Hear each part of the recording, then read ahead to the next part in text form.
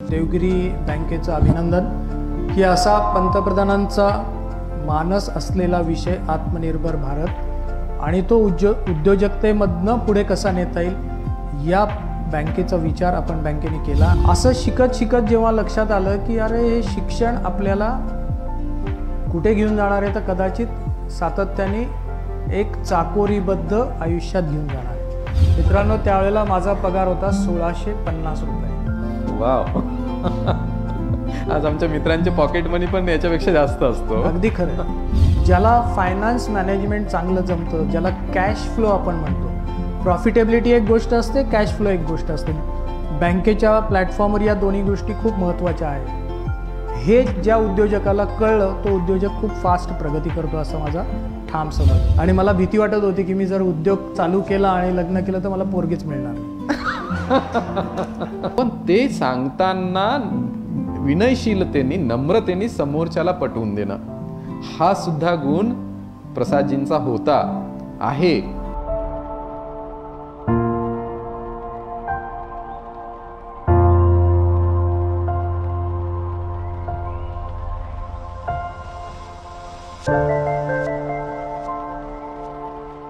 मंडळी नमस्कार, मी देवगिरी बँकेच्या वतीने देवगिरी बँकेचा अध्यक्ष किशोर शितोळे आपलं सहर्ष स्वागत करीत आहे।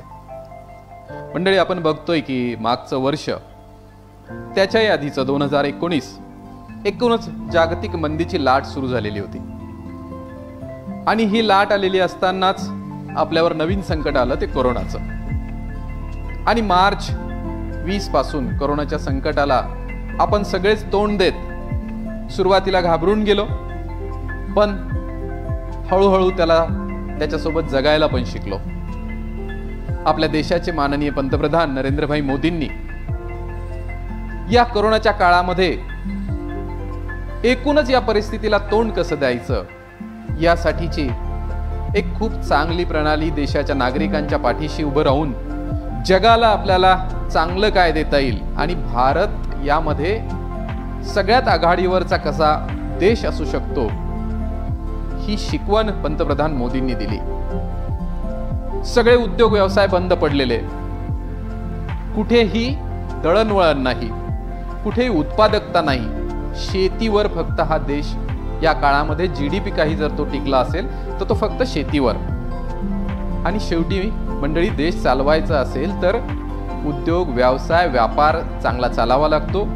तो चालला तर त्याच्यातून आपण सरकारला कर भरतो आणि भरलेल्या करातून सरकार आपल्याला सोयी सुविधा देतं। पण एकीकडे कराचं संकलनच नाही आणि अशा परिस्थितीमध्ये देश चालवायचा खरोखरच आज अभिमान वाटावे अशा आपल्या देशाचे पंतप्रधान नरेंद्रभाई मोदींनी या काळामध्ये ज्या आर्थिक सुधारणा केल्या त्याचं कौतुक करावं तेवढं कमी आहे। नागरिकांवर करही वाढवला नाही आणि देशातलं दळणवळण वाढलं पाहिजे, अर्थव्यवस्थेला गती मिळाली पाहिजे, या अनुषंगाने त्यांनी आत्मनिर्भर भारत अशी एक संकल्पना सुरू केली।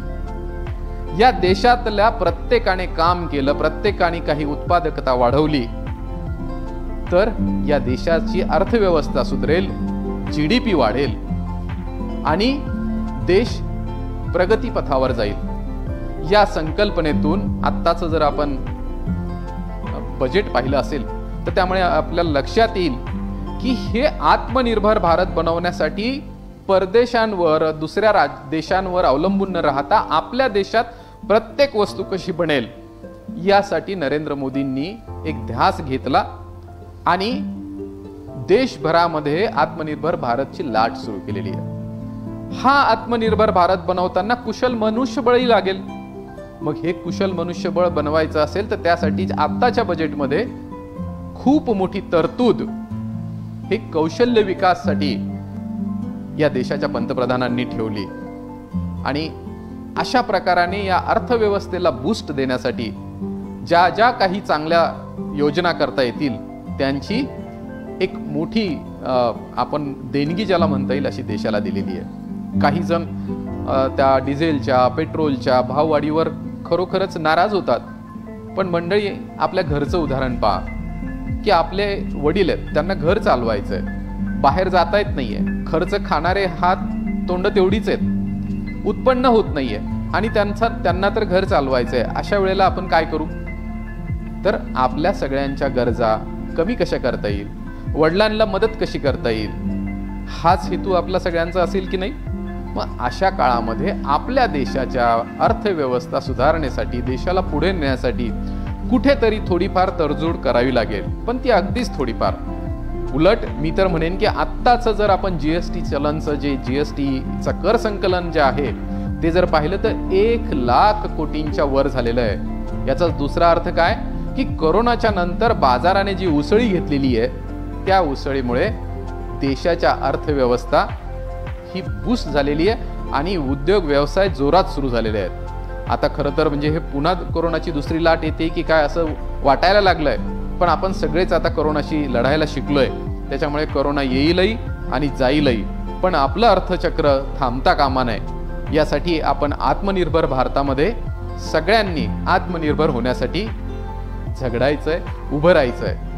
आणि यासाठी देवगिरी बँकेने हा पंतप्रधान मोदींचा संदेश घेतला आणि उद्योग व्यवसायांना अर्थपुरवठा करणारी आपली ही सामाजिक बांधिलकीची देवगिरी बँक मराठवाड्यातली अग्रणी बँक आहे.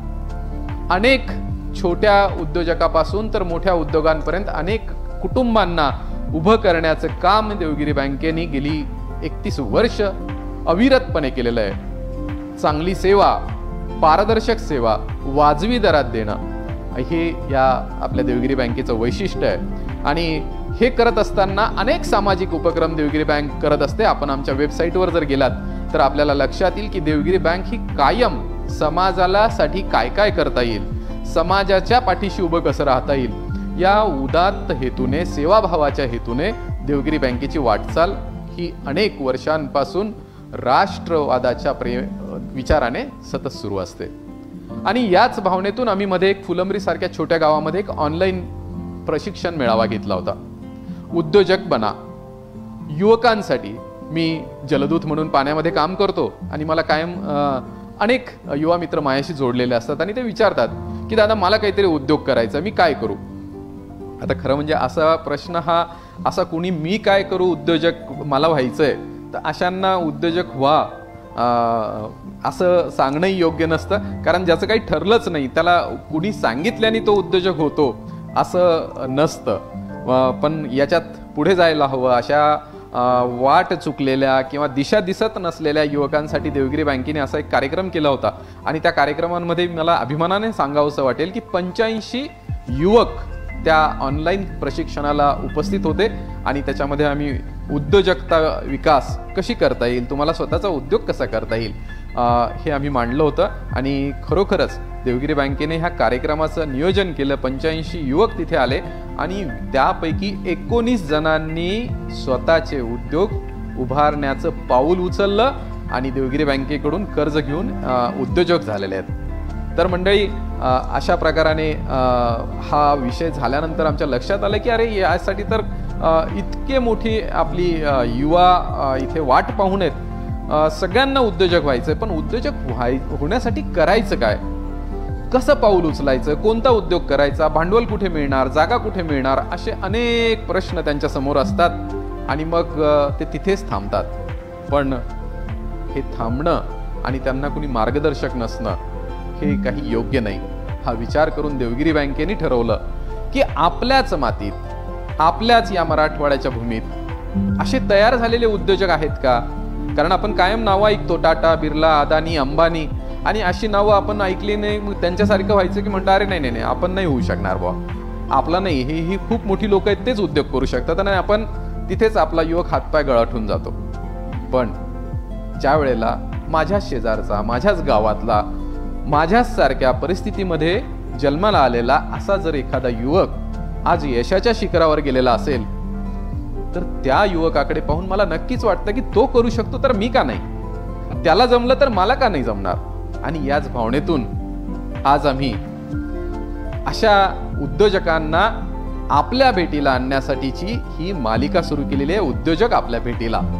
आपल्याच गावातले, आपल्या परिसरातले, या मराठवाड्याच्या भूमीत जन्मलेले असे अनेक यशस्वी उद्योजक आहेत की ज्यांच्या यशकथा जर तुमच्या समोर आल्या, त्यांचं बोलणं, त्यांच्या यशकथांची माहिती आपल्याला जर मिळाली, त्यांच्याशी संवाद साधता आला, तर मला खात्री आहे की आमच्या मराठवाड्याच्या युवकाला त्याला सुद्धा वाटेल की येस, मी सुद्धा उद्योजक होऊ शकतो, मी सुद्धा असा उद्योग करू शकतो.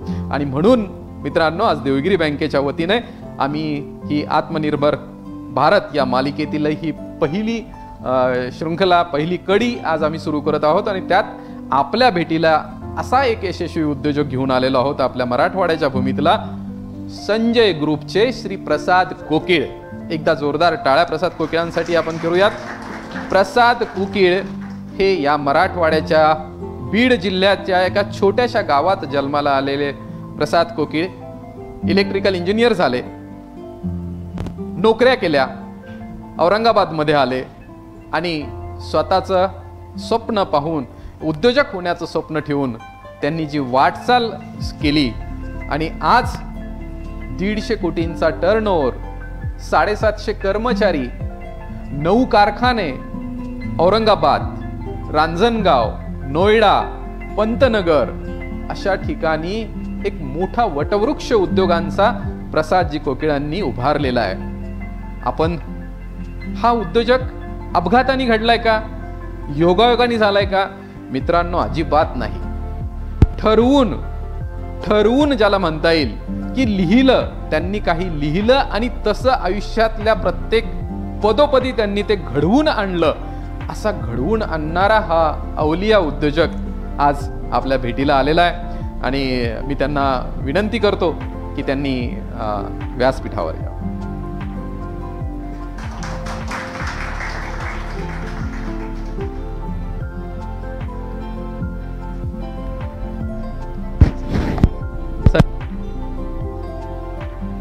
तर मित्रांनो, प्रसादजी कोकिळ यांनी ऑटोमोबाईल क्षेत्रातला उद्योग सुरू केला. प्लास्टिकच्या भागांपासून आपण वापरत असलेल्या वाहनांचे वेगवेगळे भाग प्रसादजी कोकिळे बनवतात आणि त्यामध्ये अगदी 100 रुपयापासून तर 5000 रुपयापर्यंतचे भाग ते बनवत असतात.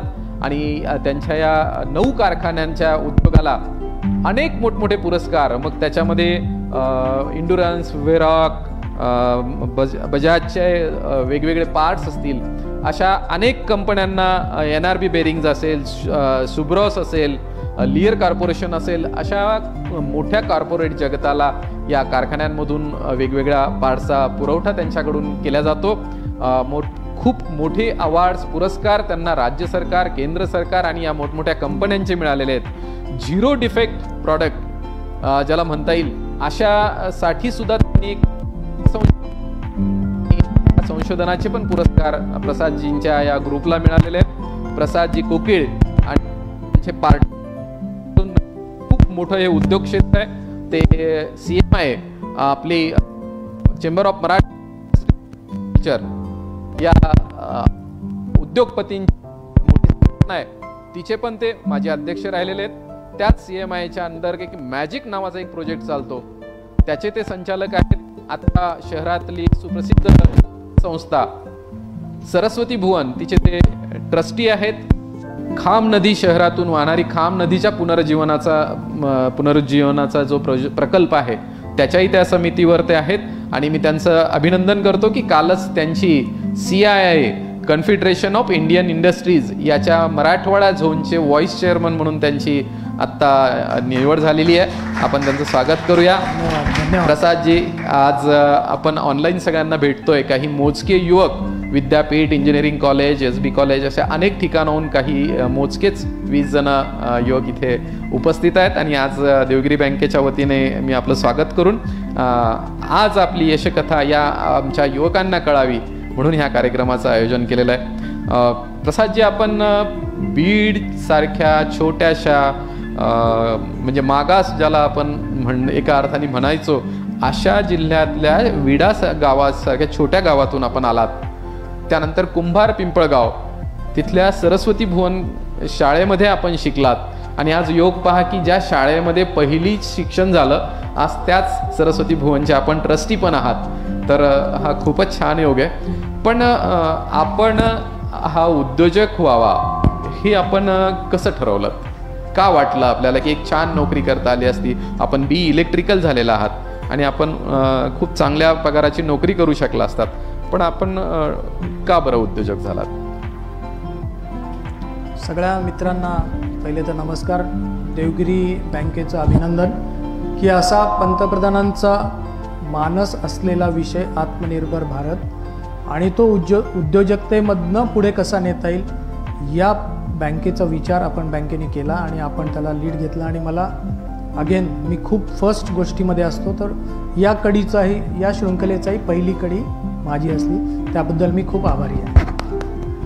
मित्रांनो, आयुष्यामध्ये आपण जेव्हा शिक्षण घेत असतो, हे शिक्षण घेताना आपली उपजीविका कशामध्ये करायची, जेणेकरून पैसे मिळवायचे का, तर जगण्यासाठी.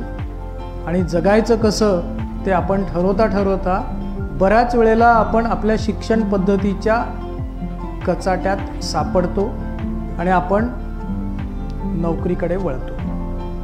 पण कुठंतरी मला असं वाटतं की मी बीड जिल्ह्यातल्या केज तालुक्यातल्या विडा या गावी, जिथे 500-700 घरांचं गाव ते, आणि तिथे छोटंसं लहान घर आमचं, आणि तिथून जेव्हा कुंभार पिंपळगावला वडिलांच्या बदलीनिमित्त गेलो, तेही गाव परत छोटं, सरस्वती भुवन शाळा आणि पहिलीचं वर्ग, दुसरीचा वर्ग, आणि तिथे असलेलं सगळं वातावरण, असं शिकत जेव्हा लक्षात आलं की अरे हे शिक्षण आपल्याला कुठे घेऊन जाणार आहे, तर कदाचित सातत्याने एक चाकोरीबद्ध आयुष्यात घेऊन जाणार आहे. आणि प्रत्येक युवकाला, मला खात्री आहे तुमच्यापैकी प्रत्येकजण जे कोणी बघतायत आणि इथे बसलेले आहेत, की चाकोरीचं आयुष्य नाही आवडत. आईने रविवारच्या दिवशी लवकर उठवलं की नाही आवडत. कॉलेजमध्ये सगळे पिरियड झाले नाही आवडत. हे चाकोरीचं आयुष्य तरुणांना आवडत नाही. पण सगळ्या सिस्टीम्स ज्या आहेत या चाकोरीबद्ध नीतीने पुढे जातात. आणि मी जेव्हा अभियांत्रिकी महाविद्यालयात गव्हर्नमेंट इंजिनिअरिंग कॉलेजला होतो, त्यावेळेला इंटर्नशिपमध्ये मुंबईला गेलो, आणि एका इंटर्नशिप सगळेच जण इंजिनिअरिंगमध्ये करतात, आणि तिथे गेलो आणि लक्षात आलं की तिथे छोट्या कंपनीमध्ये मी काम करत होतो. आणि तिथले ओनर दुपारी यायचे 11 वाजता, सगळ्यांना भेटायचे, काय काम चाललंय काय नाही बघायचे, जेवण करायचे, 1 तासभर परत काम काय चाललंय बघायचे आणि निघून जायचे. मला हे आयुष्य खूप आवडलं. मला रे एंटरप्रिनरशिपमध्ये यार कधी आलं चालतं. पण मला वाटतं प्रसादजी, आपले वडील पण नोकरीत होते आणि त्यांचाही आग्रह होता की तुम्ही नोकरीच करावी. वडिलांचा आग्रह, नोकरीपेक्षा वडिलांचा आग्रह होता डॉक्टर व्हावं. अच्छा. कारण घरामध्ये आमच्या कोणी डॉक्टर नव्हतं. वडील म्हणायचे की कुणीतरी डॉक्टर व्हायला पाहिजे, तू डॉक्टर हो, हुशार आहेस. पण मला अजिबात डॉक्टरकीमध्ये इंटरेस्ट नव्हता. आणि मग वडिलांचं आयुष्य असं चाकोरीबद्ध होतं, आणि म्हणून ते चाकोरीबद्ध आयुष्य नको, म्हणून आपण त्याला कुठंतरी असं वाटलं की असं स्वच्छंद आयुष्य जगायचं. आणि मग एंटरप्रिनरशिप, स्वतःचा व्यवसाय, हे नक्की आवडलं. पण त्याआधी आपण काही नोकऱ्या केल्यात. हां, आता मी ज्या वेळेला नोकऱ्या केल्या, आणि आपण जेव्हा आयुष्यात ठरवतो सर की इंजिनिअरिंग किंवा, मित्रांनो मला सांगायला आनंद होईल की प्रसाद कोकळी सर आणि मी सुरुवातीच्या काळात आम्ही पण एका कंपनीमध्ये दोघांनी नोकरी केलेली आहे. आम्ही दोघं कलिग होतो.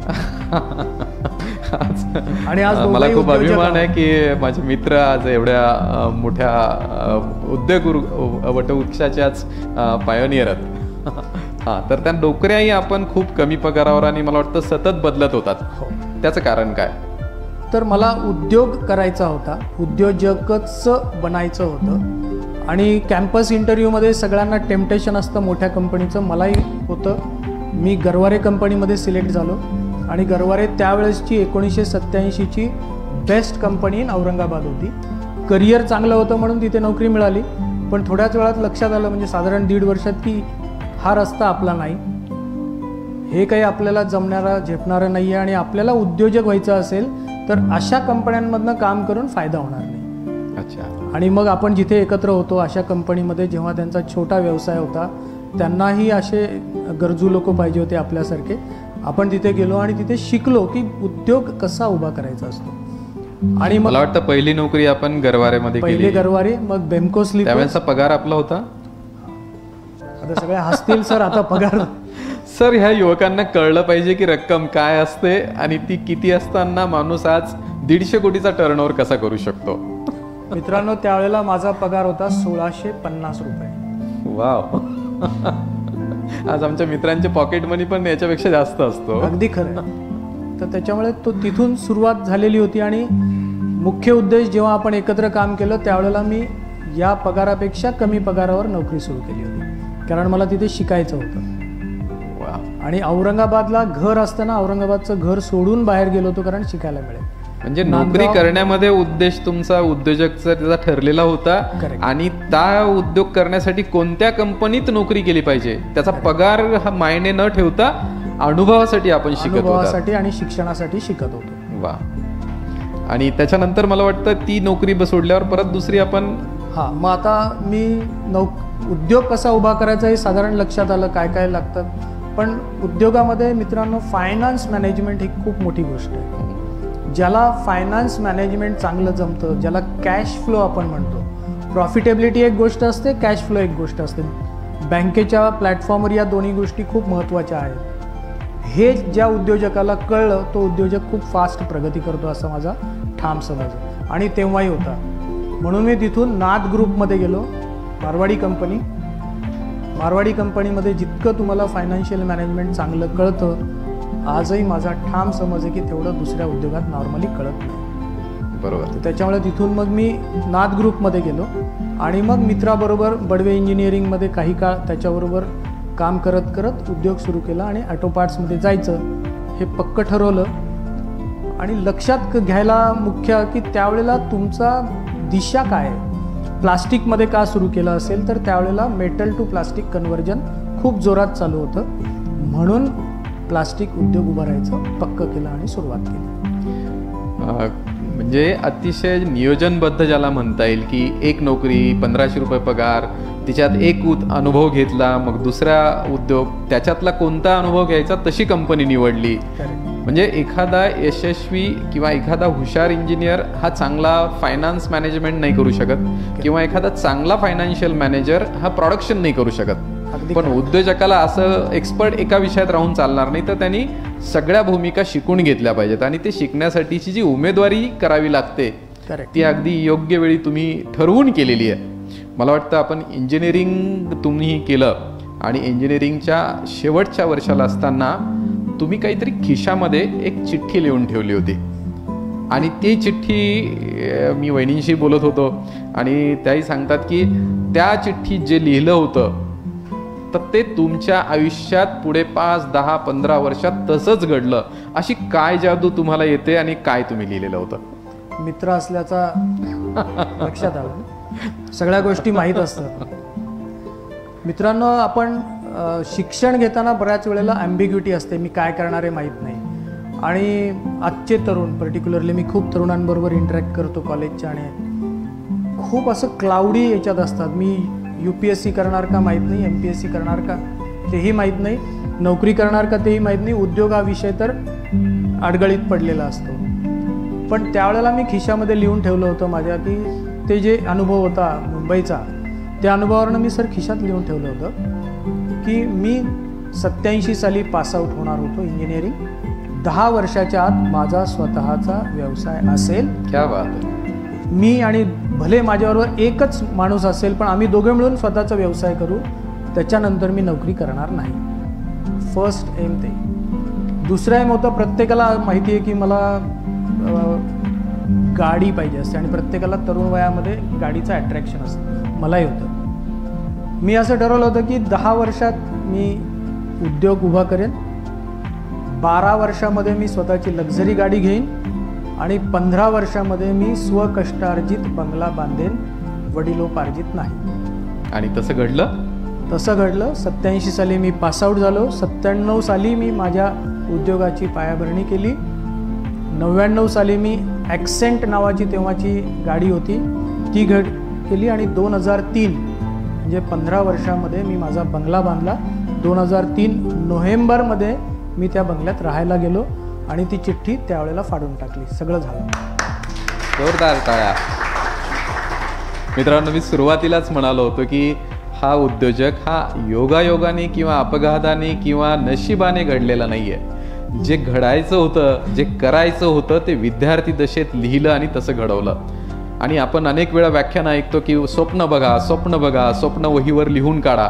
तर मला वाटतं हा काही जादू नाही आहे, तर ती सायन्स आहे. सायन्स आहे की जे मनापासून आपण ठरवतो, जे मनापासून आपल्याला जे व्हायचं असेल ते आपल्या सबकॉन्शियस माइंडमध्ये जितक्या वेळा विचार करतो, लिहितो, त्याचं चिंतन करतो, ते घडतं. अगदी खरं आहे. पॉवर ऑफ पॉझिटिव्ह थॉट्स किंवा पॉझिटिव्ह माइंड ज्याला म्हटलं जातं, माझं ओरिएंटेशन तसंच व्हायला पाहिजे. आपल्या माजी राष्ट्रपती APJ नेहमी म्हणायचं की स्वप्न असं बघा जे तुम्हाला झोपू देणार नाही. खरंच आपण झोपेत स्वप्न बघतो, पण स्वप्न असं बघा ज्यांनी झोप येणार नाही. तर त्याच्यामुळे मी असं स्वप्न बघितलं की ज्यांनी मला सतत खिशातनं पाकिट काढलं की मला ती चिठ्ठी जाणवायची आणि मी त्या पद्धतीने प्रत्येक युवकाने हे आजही केलं तर त्याच्या आयुष्यात त्याला जे पाहिजे तो मिळवू शकतो. अगदी मला खात्री आहे, कारण मी स्वतः ते जगलोय.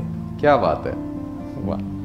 पण हे करत असताना आमचे जे युवा मित्र असतात त्यांना असं वाटत असतं की तुमच्या काळामध्ये तुम्हाला तुमच्या घरची परिस्थिती खूप चांगली असेल, तुम्हाला खूप घरून भांडवल मिळालं असेल म्हणून तुम्ही असं झालात.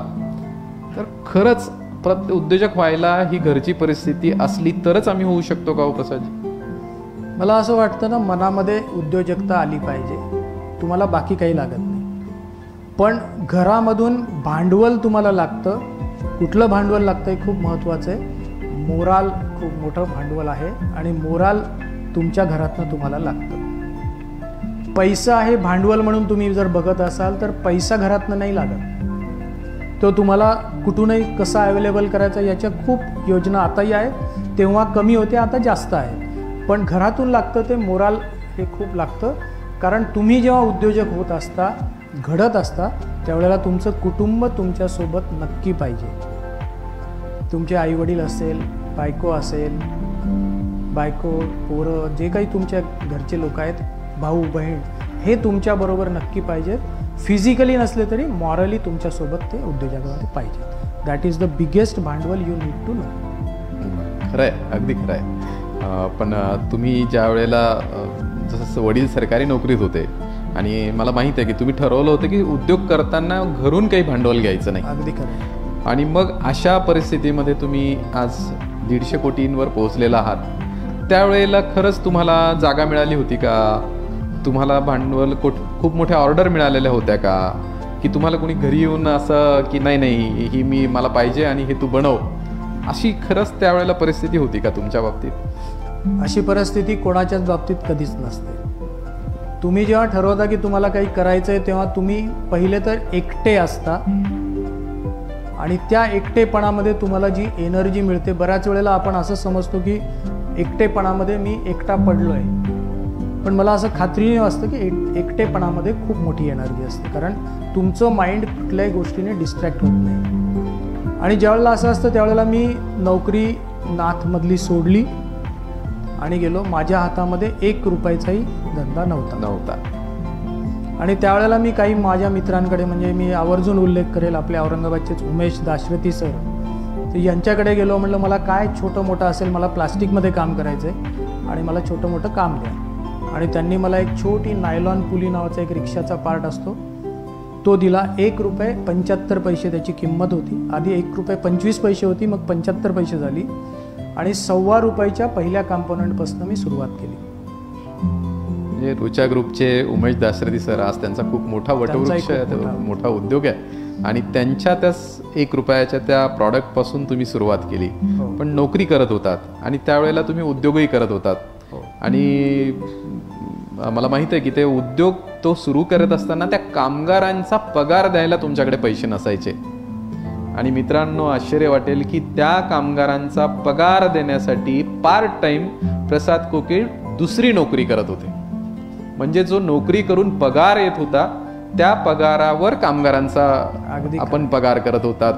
अशी सुरुवात मला वाटतं आपण. अगदी खरं. म्हणजे इथे जेवढा पगार मला कामगारांना द्यावा लागायचा, कारण सुरुवातीच्या जो काही आपण व्यवसाय करतो त्याच्यामधनं एवढं पैसे सुटत नाहीत की जेणेकरून आपलं स्वतःचंही भागेल आणि आपल्या कामगारांचंही भागेल. आणि त्यामुळे मी जेवढा पगार आहे तेवढ्या पगाराची नोकरी बाहेर करायचो.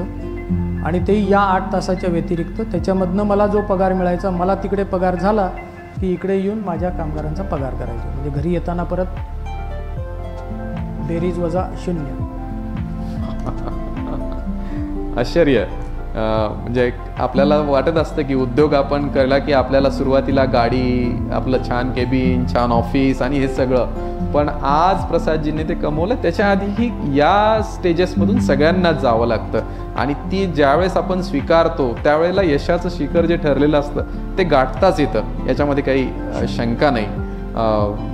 हा सगळा उद्योग करताना, पहिली ऑर्डर मिळवताना मला माहीत आहे की आपण झगडत असतो, स्ट्रगल करत असतो, त्यावेळेला आपल्याला कोणी उभं करत नसतं. आणि तुम्ही सुरुवातीपासून तुमचा स्वभाव अतिशय तपशीलवार काम करणं, स्पेसिफिक असणं आणि दर्जाशी तडजोड नाही, अशा बाबतीतला तुमचा स्वभाव राहिलेला आहे. आणि एक CK डायकिन कंपनी आहे, तिचा एक पार्ट बनवायचा होता. तो पार्ट तुम्हाला काहीतरी जापनीज कंपनीसोबत त्यांचं कोलॅबरेशन होतं आणि तुम्ही बनवलेला पार्ट, ती कथा जरा आमच्या युवकांना सांगा. मी नेहमी सांगतो की ॲग्रेशन बिझनेसमध्ये पाहिजे, पण नुसतं ॲग्रेशन असून चालत नाही, त्याच्याबरोबर तुमचे एफर्ट्स आणि तुमची प्रोसेस पण स्ट्रॉंग लागते. तर असंच एका कंपनीमध्ये मी गेलो, मला त्यांनी छोटा पार्ट, पहिले तर कोणी असं उभं करत नाही नवउद्योजक म्हणजे, सगळे असे गेटमधनं बाहेर परस्पर ढकलून द्यायचा प्रयत्न करतात. मलाही तसंच झालं. मी कुठंतरी ओळखीने, आपण जसं ओळखीने घुसतो तसं घुसलो आणि तिथले परचेस मॅनेजरना जाऊन भेटलो की मला एक पार्ट द्या. मुंबईवरनं त्यावेळेला त्यांचे पार्ट यायचे, कारण औरंगाबादमध्ये त्या काळी नायलॉनमध्ये काम करणारी कुठलीच कंपनी नव्हती. त्यावेळेसचं इंजिनिअरिंग प्लास्टिक्स औरंगाबादमध्ये कमी होतं. मी म्हटलं हे चॅलेंजिंग काम आहे, जर कोणी करत नाही आणि आपण केलं तर आपल्याला मिळू शकतं. म्हणजे काम मिळणं हाच भाव होता. किती चॅलेंजिंग आहे हे माहीत नव्हतं. तुम्ही त्यांना म्हटलं मी करतो, ते म्हणाले तुम्हाला जमणार नाही, हे औरंगाबादमध्ये कोणीच करत नाही, मुंबईहून आतापर्यंत आम्ही मागतो. म्हटलं सर तुम्ही देऊन बघा. एक त्यांनी सॅम्पल, असं आपण उदार झाल्यासारखं त्यांनी ते सॅम्पल दिलं आणि मग मला त्यांनी सांगितलं, सॅम्पल दिलं आणि ते विसरून गेले. पण मी नाही विसरलो सर. मी त्याचा डाय बनवला, त्याच्यासाठी जे काय पूर्ण काम केलं आणि मला साधारण त्याची किंमत, त्यांच्याकडे काय येते माहिती होतं आणि माझी किंमत त्याच्यापेक्षा खूप कमी येत होती आणि मी त्या किमतीसहित त्या कंपनीमध्ये पोचलो पार्ट घेऊन. आणि मला कळालं की त्यांनी डिनाय केलं, आता काही गरज नाही म्हणे, आम्हाला काही तुम्ही बनवलं असेल पण आम्ही घेणार नाही. आणि असं जेव्हा निरोप मिळाला तेव्हा त्या व्यक्तीला भेटायसाठी किशोरजी, मी त्या गेटमध्ये उभं राहिलो त्या कंपनीच्या आणि त्यांना विमानाने जायचं असतं. तर त्यांना म्हणालो की तुम्ही विमानतळावर जाताना फक्त 2 मिनटं मला द्या. तर तुम्ही चिकलठाणा MIDC ते चिकलठाणा विमानतळ किती अंतर आहे? मी म्हटलं मला तुमच्याबरोबर फक्त 2च मिनटं बोलायचं आहे. आणि त्यांना दाखवलं की मी हा पार्ट बनवला आहे, हा टेस्टिंग केला आहे, मीच टेस्ट केला, ओके आहे. आणि आमच्या कंपनीमध्ये आहे, माझे पार्टनर प्लास्टिकमध्ये सुधीर शिरडकर एक्सपर्ट होते, त्याच्यामुळे त्यांनी जे जे मला सांगितलं होतं ते मी तिथे जाऊन सांगितलं. आणि त्या व्यक्तीला, मुंबईच्या व्यक्तीला, ते असं पचनीच पडलं नाही की हा माणूस काहीच ऑर्डर नाही याच्या हातामध्ये, 1 रुपयाचं कमिटमेंट नाही आणि यांनी सगळं करून आपल्या हातात पार्ट देतोय. क्या बात आहे. म्हणजे ॲग्रेशन उद्योगात कसं असलं पाहिजे. आपण बऱ्याच वेळेला अजून ऑर्डर यायची वाट पाहतोय, ॲडव्हान्स यायची वाट पाहतोय, मग परचेस ऑर्डर नाही तर कसं काम करू. ही जी आपली एक तरुणांच्या मनामध्ये किंवा नवउद्योजकांच्या मनामध्ये भावना असते. जसाची फक्त ॲग्रेशनच नाही, मला याच्यामध्ये आजच्या सगळ्या युवकांना, माझ्या मुलांकडे पाहून मिळतं की लवचिकता हा पण याच्यातला मोठा महत्त्वाचा गुण आहे. की उद्योग करताना हू केअर्स, ठीक आहे त्याने मला नाही दिली ऑर्डर असं न म्हणता त्याच्या मागे म्हणजे चिकाटीने जाणं, विनम्रपणे वागणं आणि आपला प्रॉडक्ट, आपल्याला खात्री आहे की मी जे बनवलंय ते उत्तम आहे, दर्जेदार आहे, पण ते सांगताना विनयशीलतेने, नम्रतेने समोरच्याला पटवून देणं, हा सुद्धा गुण प्रसादजींचा होता, आहे. आणि त्यामुळे यशाच्या शिखरावर चढण्यासाठी या गुणाची सुद्धा खूप आवश्यकता असते, ही सगळ्यांनाच लक्षात यायला हवं. आणि मला वाटतं हा तुमच्याकडून शिकण्यासारखं खूप आहे. आणि किशोरजी, त्या कंपनीचे नंतर 3 ओनर बदलले, पण सप्लायर आजही मी एकटाच आहे. क्या बात आहे. म्हणजे त्या काळातलं त्यांचं वय, त्यांचं जो की पर्सनॅलिटी असेल, आणि तो एक युवक त्या जापनीज त्या अधिकाऱ्याला जाऊन भेटतोय, त्याच्याजवळ समोर सांगून आपला प्रॉडक्ट त्याला कन्व्हिन्स करतोय आणि आयुष्यभरासाठी त्याला जिंकलेलं, हा एक आपल्या जे पर्सनॅलिटी डेव्हलपमेंटचे तुम्ही अनेक व्हिडिओज बघता, अनेक गुण घेण्यासाठी तुम्ही धडपडता. मित्रांनो, हा महत्त्वाचा गुण यातला खरंच आहे. आत्ता तुम्ही म्हणालात की पार्टनरशिप, म्हणजे आत्ता आम्ही सगळं बाहेर बघतो की पार्टनर म्हणजे एखादा उद्योग करायचा तर एकतर प्रोप्रायटरी केला तर माणूस छोटा राहील. आज मोठा व्यवसाय करायचा असेल तर अनेक जणांची टीम असेल आणि जबाबदाऱ्या वाटून घेतल्या तरच उद्योग मोठा होतो. पण पार्टनरशिप केली तर जोपर्यंत तोटा असतो तोपर्यंत पार्टनर सगळे एकत्र असतात आणि फायदा झाला की मग सगळेजण आपला आपला हिस्सा काढून त्याच्यातून बाहेर पडायला बघतात आणि उद्योग विस्कळतो. पण तुमची पार्टनर संजीव ग्रुप जो हा तयार आहे आणि त्या ग्रुपचं वैशिष्ट्य मी बघतो की हे तुम्ही तिघं पार्टनर आहात. तुमचे सुनील पाठक आणि सुधीर शिरडकर आणि प्रसाद कोकिळे अशा तिघांची ही कंपनी आहे. योगायोग बघा, तिघही जण बालपणी एका कॉलनीत शेजारी घरं होती. शाळा सोबत शिकले, इंजिनिअरिंग कॉलेजला मागे पुढे सोबतच एका कॉलेजला होते. आणि तुम्ही ज्या वेळेला प्लॉटसाठी MIDC मध्ये अर्ज केले तर प्लॉटमध्ये लॉटरी निघते. तर सुधीर शिरडकर आणि प्रसाद कोकिळे यांनी ते फॉर्म भरलेले होते आणि ज्यावेळेस त्या लॉटरीत नंबर लागला तर दोघांचे प्लॉट, सुधीर शिरडकर आणि प्रसाद कोकिळे यांचा प्लॉटचे नंबर होते 31 आणि 32. म्हणजे लॉटरीने सुद्धा निघालेला प्लॉट शेजारी आला आणि हे तिघा जणांची एक मोठी पार्टनरशिप आहे. तर त्या पार्टनरशिपबद्दल हे कसं काय तुम्ही सगळे इतकी वर्ष सोबत राहून सुसंवाद चांगला ठेवून हा मोठा उद्योग सुरू ठेवलेला आहे? करेक्ट. बऱ्याच वेळेला सर किशोरजी आपल्यालाही माहिती आहे की त्यावेळेला उद्योग करायचं म्हणजे धंद्यात पडला आणि नोकरीला लागला. लक्षात आला अर्थ? नोकरीला लागला आहे रिस्पेक्टफुल, धंद्यात पडला म्हणजे कधीतरी पडणार. ही पहिले निगेटिव्ह इन्स्टिंग. आणि त्यात पार्टनरशिप संपला विषय, जायचंच नाही असं रस्ता तो. मी आणि माझे पार्टनर सुधीर शिरडकरांनी, माझ्या वडिलांची अजिबात इच्छा नव्हती उद्योजक व्हावं म्हणून. आम्ही 2 वर्ष त्यांना विचारत होतो की आम्हाला बिझनेस करायचा आणि परवानगी द्या. 2 वर्षानंतर त्यांनी दिली. आणि जेव्हा कळालं की आम्ही दोघे मिळून करतोय तेव्हा त्यांच्या सगळ्या मित्रांनी सांगितलं, एक तर तुझा पोरगा धंद्यात पडतोय आणि तेही पार्टनरशिपमध्ये, बघ बाबा. सगळ्या समाजात रूढ आहे, पार्टनरशिप करायची नसते. आम्ही दोघांनी ठरवलं की हा जो काही निगेटिव्ह इन्स्टिंक्ट आहे आपण याला स्ट्रेंथमध्ये कन्वर्ट करायचा. म्हणजे बऱ्याच वेळेला आपण त्या निगेटिव्हला क्रॉस करत नाही किंवा त्या मार्गाने जात नाही विथ अ मिथ. आम्ही म्हटलं हे मिथ आपण मोडून काढायचं आणि आपण त्याच रस्त्याला जायचं आणि असं ठरवायचं की पार्टनर म्हणजे 1+1 इज नेव्हर 2. जेव्हा पार्टनरशिप असते तेव्हा 1+1 हे 11 होतात. क्या बात आहे. या पद्धतीने आपण बिझनेस करू. विशाल दृष्टिकोन आहे हा. आणि मग आम्ही ठरवलं आणि त्याच दिवशी आम्ही ठरवलं की आज आपण जोही काही व्यवसाय करतोय, म्हणजे आमचा पहिल्या वर्षीचा टर्नओव्हर होता 5 लाख रुपये. आम्ही म्हटलं जोही काही व्यवसाय करतोय त्याच्यामध्ये ट्रस्ट एवढी ठेवायची एकमेकांबद्दल की ट्रस्टमध्ये 100-1 is 0. So no distrust. Kishorji, त्यावेळेला आम्ही जेव्हा एक चेकवर एकच जण सही करतो आमच्या बँक अकाउंटवर, एकच जण. नॉर्मली तुम्ही पार्टनर बघितल्यावर 2 सह्यांची सगळीकडे सवय बँकेलाही असेल, सगळ्यांना कल्पना असेल की 2 पार्टनर सह्या करतात किंवा 2 डायरेक्टर सह्या करतात. मागचे 24 वर्ष प्रत्येक बँक अकाउंटवर आमच्या तिघांपैकी कुणाचीही एकाची सही आजही चालते. सुपर, फारच छान. म्हणजे ट्रस्टमध्ये जे आपण म्हणतो, पार्टनरशिपमध्ये जे म्हणतो की आपल्याला दोघं सह्या करायला पाहिजे, मग एकाची सही करून ठेवा, दुसऱ्याची घ्या.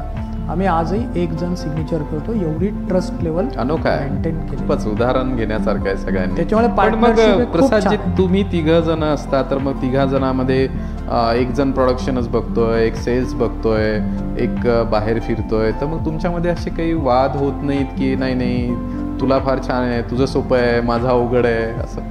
त्याच्यासाठी आम्ही एक खूप छान गणित मांडून टाकलं की वाद व्हायला काय कारण असतं की प्रत्येकाला वाटतं की माझं काम खूप अवघड आहे. आम्ही काय करतो, आम्ही एकमेकांची बदली करून घेतो. अरे वा. 2 वर्ष झाले की बदली. आज जर सेल्स कोणी बघत असेल तर 2 वर्षांनी तो प्रोडक्शन बघतो आणि हा सेल्स बघायला लागतो. अच्छा, प्रत्येकाला राऊंडने असं रोटेशनने आम्ही बदली करून घेतो एकमेकांचे. एक टेक्निकल बघायचं, पूर्ण टेक्निकल बघ, कमर्शियल पूर्ण बघ, कधी कधी एका प्लॅन्टचं पूर्ण बघ, कधी कधी पूर्ण ग्रुपचं फक्त कमर्शियल बघ. असे वेगवेगळे आम्ही करतो उपक्रम आणि बदली करून घेतो. आणि प्रत्येकाला प्रत्येक डिपार्टमेंटची संधी मिळते, परफॉर्मन्स दाखवता येतो. कोणी अवघड म्हणत नाही, कोणी सोपं म्हणत. खूपच अनोखं उदाहरण आहे हे या पार्टनरशिपचं. मला एक नाजूकसा प्रश्न मला पुन्हा एक आठवतोय की आपण नोकरी शिकलात, नोकरी करत होतात आणि आपला उद्योग करायचं नक्की होतं. खरं म्हणजे उद्योग आला म्हणजे आजकालच्या मुलींना जर आपण बघितलं तर त्यांना छान छान ग्लॅमरियस गाडी असलेला, कारखाना असलेला, पैसे असलेला, वेळ पण देणारा, परदेशवारी फिरवणारा असा नवरा पाहिजे असतो. आणि तुम्ही नोकरी करत होतात, खरं म्हणजे उद्योजक झाल्यानंतर लग्न केलं तर अजून चांगलं वाटलं असतं. पण तुम्ही नोकरीत असताना आणि कमी पगाराची नोकरी असताना लग्न केलं, त्याचं काय कारण?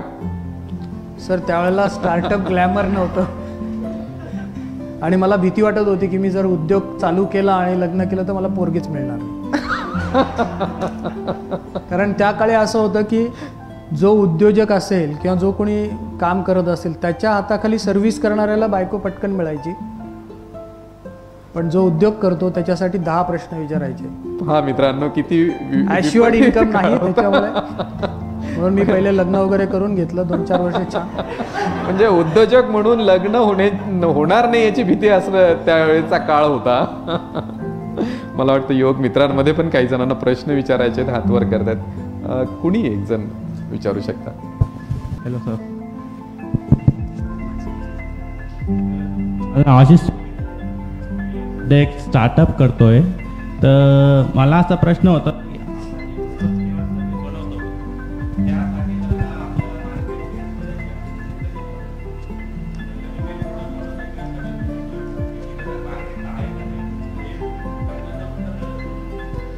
खरोखर आहे. बेसिक प्रश्न आहे की उद्योग मी म्हणालो तसं सुरू करायचं तर कोणता करू आणि तो माझा प्रॉडक्ट चालेल की नाही. वा, छान प्रश्न आहे. मित्रा, मला एक छोटं विचारायचं आहे की मी प्रॉडक्ट बनवायला पाहिजे असं का वाटतं, कोणाला वाटतं? जर का मलाच असं वाटत असेल तर मी त्याचं कुठून इन्स्टिंक्ट आली, मी प्रश्न बघितला आहे का? मी ज्याला नेहमी म्हणतो सर की प्रॉब्लेम सॉल्विंग सोल्युशन पाहिजे, आयदर सर्व्हिस ऑर प्रोडक्ट. आणि त्याच्यामध्ये तुम्हाला पेन किलर आहे का व्हिटॅमिन आहे? म्हणजे मला पेन किलर म्हणजे कुणाची तरी अडचण मी दूर करतोय. म्हणजे जर गाडी असेल तर गाडी हाताने ढकलावं लागते, त्याच्याऐवजी मी त्याला काहीतरी मेकॅनिझम लावून दिलं, हे त्याचं पेन किलर झालं. आणि कुणीतरी एक सुंदर युवती आहे, तिला अजून सुंदर दिसावंसं वाटतंय म्हणून तिला लिपस्टिक किंवा काहीतरी फेस पावडर दिली, दॅट इज व्हिटॅमिन. तर आपलं प्रॉडक्ट किंवा आपली सर्व्हिस ही पेन किलर आहे का व्हिटॅमिन आहे, पहिले डिफाईन करता आलं पाहिजे. आणि पेन किलर असेल तर मी कुणाचा प्रॉब्लेम सॉल्व करतोय, ज्याला आमच्या मॅजिकमध्ये आम्ही स्टार्टअप आयडिया म्हणतो की is it a painkiller, then state it as a problem statement. तर आपल्याला प्रॉडक्टचा प्रॉब्लेम स्टेटमेंट लिहिता आलं पाहिजे आणि त्या प्रॉब्लेम स्टेटमेंटचं ॲन्सर या प्रॉडक्टमध्ये शोधता आलं पाहिजे किंवा सर्व्हिसमध्ये शोधता आलं पाहिजे आणि ते व्हॅलिडेट करता आलं पाहिजे. असा एक विचार, असं 50 जणांकडनं मी सर्वे केला आणि 50 जणांपैकी 40 जण म्हणत आहेत की ही सर्व्हिस लागू शकते, हा प्रॉडक्ट लागू शकतो. तर मला मान्य आहे की तो प्रॉडक्ट किंवा ती सर्व्हिस आपल्या स्टार्टअपसाठी चांगली आहे. किंवा याच्या उपरोक्ष असतं ज्याला आम्ही इनोव्हेशन म्हणतो. सर, इनोव्हेशन हे आज आपण खूप गुळगुळीत केलेला विषय आहे, पण इनोव्हेशन म्हणजे माझ्या दृष्टीने इम्प्लाइड रिक्वायरमेंट किंवा क्वालिटी जी समोरच्याला माहीतच नाही आज त्याची रिक्वायरमेंट आहे. हा मोबाईल ॲपल, स्टीव्ह जॉब्सला कोणी सांगितलं होतं का एवढं द्या याच्यात म्हणून? त्याच्या इनोव्हेशननी त्यांनी जाणलं की रिक्वायरमेंट आहे आणि ती रिक्वायरमेंट त्यांनी तुमच्या डोक्यावर थोपली, बरोबर? म्हणून तुमच्या इनोव्हेशनमध्ये, एंटरप्रिनरशिपमध्ये समोरच्याचा प्रॉब्लेम तुम्हाला लक्षात आला पाहिजे आणि त्याचं सोल्युशन काढलं पाहिजे आणि लॉंग टर्म म्हणजे पुढे जाणारं पाहिजे, फ्युचरिस्टिक ॲप्रोच पाहिजे. मी त्यावेळेला प्लास्टिक सुरू केलं, पाणी, आणि आज ई व्हेकलमुळे बरेच इंडस्ट्री परेशान आहे, कारण त्यांचा इंजिनचा पार्ट सगळा गेला,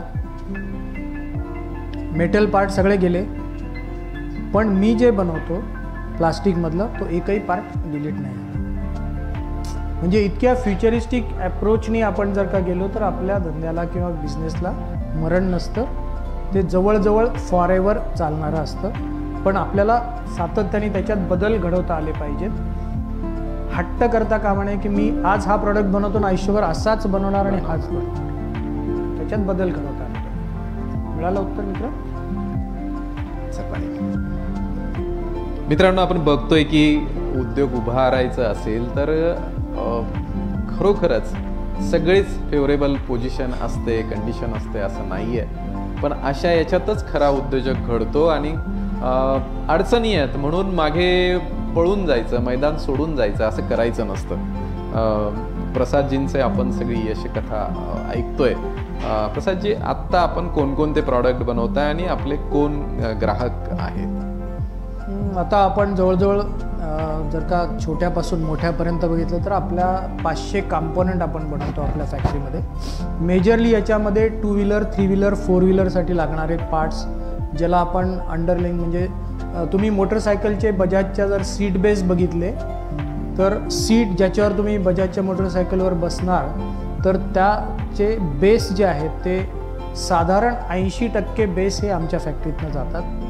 तुम्ही जर का मिरर बघितले त्या बजाजच्या गाड्यांचे तर मिरर जवळजवळ 60% मिरर असेंब्लीज आमच्या कंपनीतनं जातात. तुम्ही स्कॉर्पिओ गाडी किंवा आता ज्या आपल्या नवीन XUV आलेली आहे महिंद्राची, तर साधारण महिंद्राच्या गाडीमध्ये आमचं 3,500 रुपयाचं कॉन्ट्रीब्युशन आहे, ज्याच्यामध्ये तुम्ही कप होल्डर आहेत, तुम्ही ज्या बसता त्याला लिव्हरनी मागे पुढे करतात ते पार्ट्स आहेत, आणि HVAC असेंब्ली म्हणजे ज्याला आपण कारचे एअर कंडिशनर्स म्हणतो, त्या कारच्या एअर कंडिशनरचे पूर्ण HVAC असेंब्ली आपण आपल्या रांजणगाव प्लॅन्टमध्ये बनवतो. आपले major Tata Motors, Volkswagen, Maruti या सगळ्या OEMsना आपला सप्लाय आहे. आपण डायरेक्ट इनडायरेक्ट त्यांना सप्लाय करतो. आणि मायबाप बजाज आहे औरंगाबादचं, जिथून सुरुवात केली, त्याच्यामुळे बजाजच्याही जवळजवळ सगळ्या व्हेकलमध्ये आपले पार्ट्स लागतात.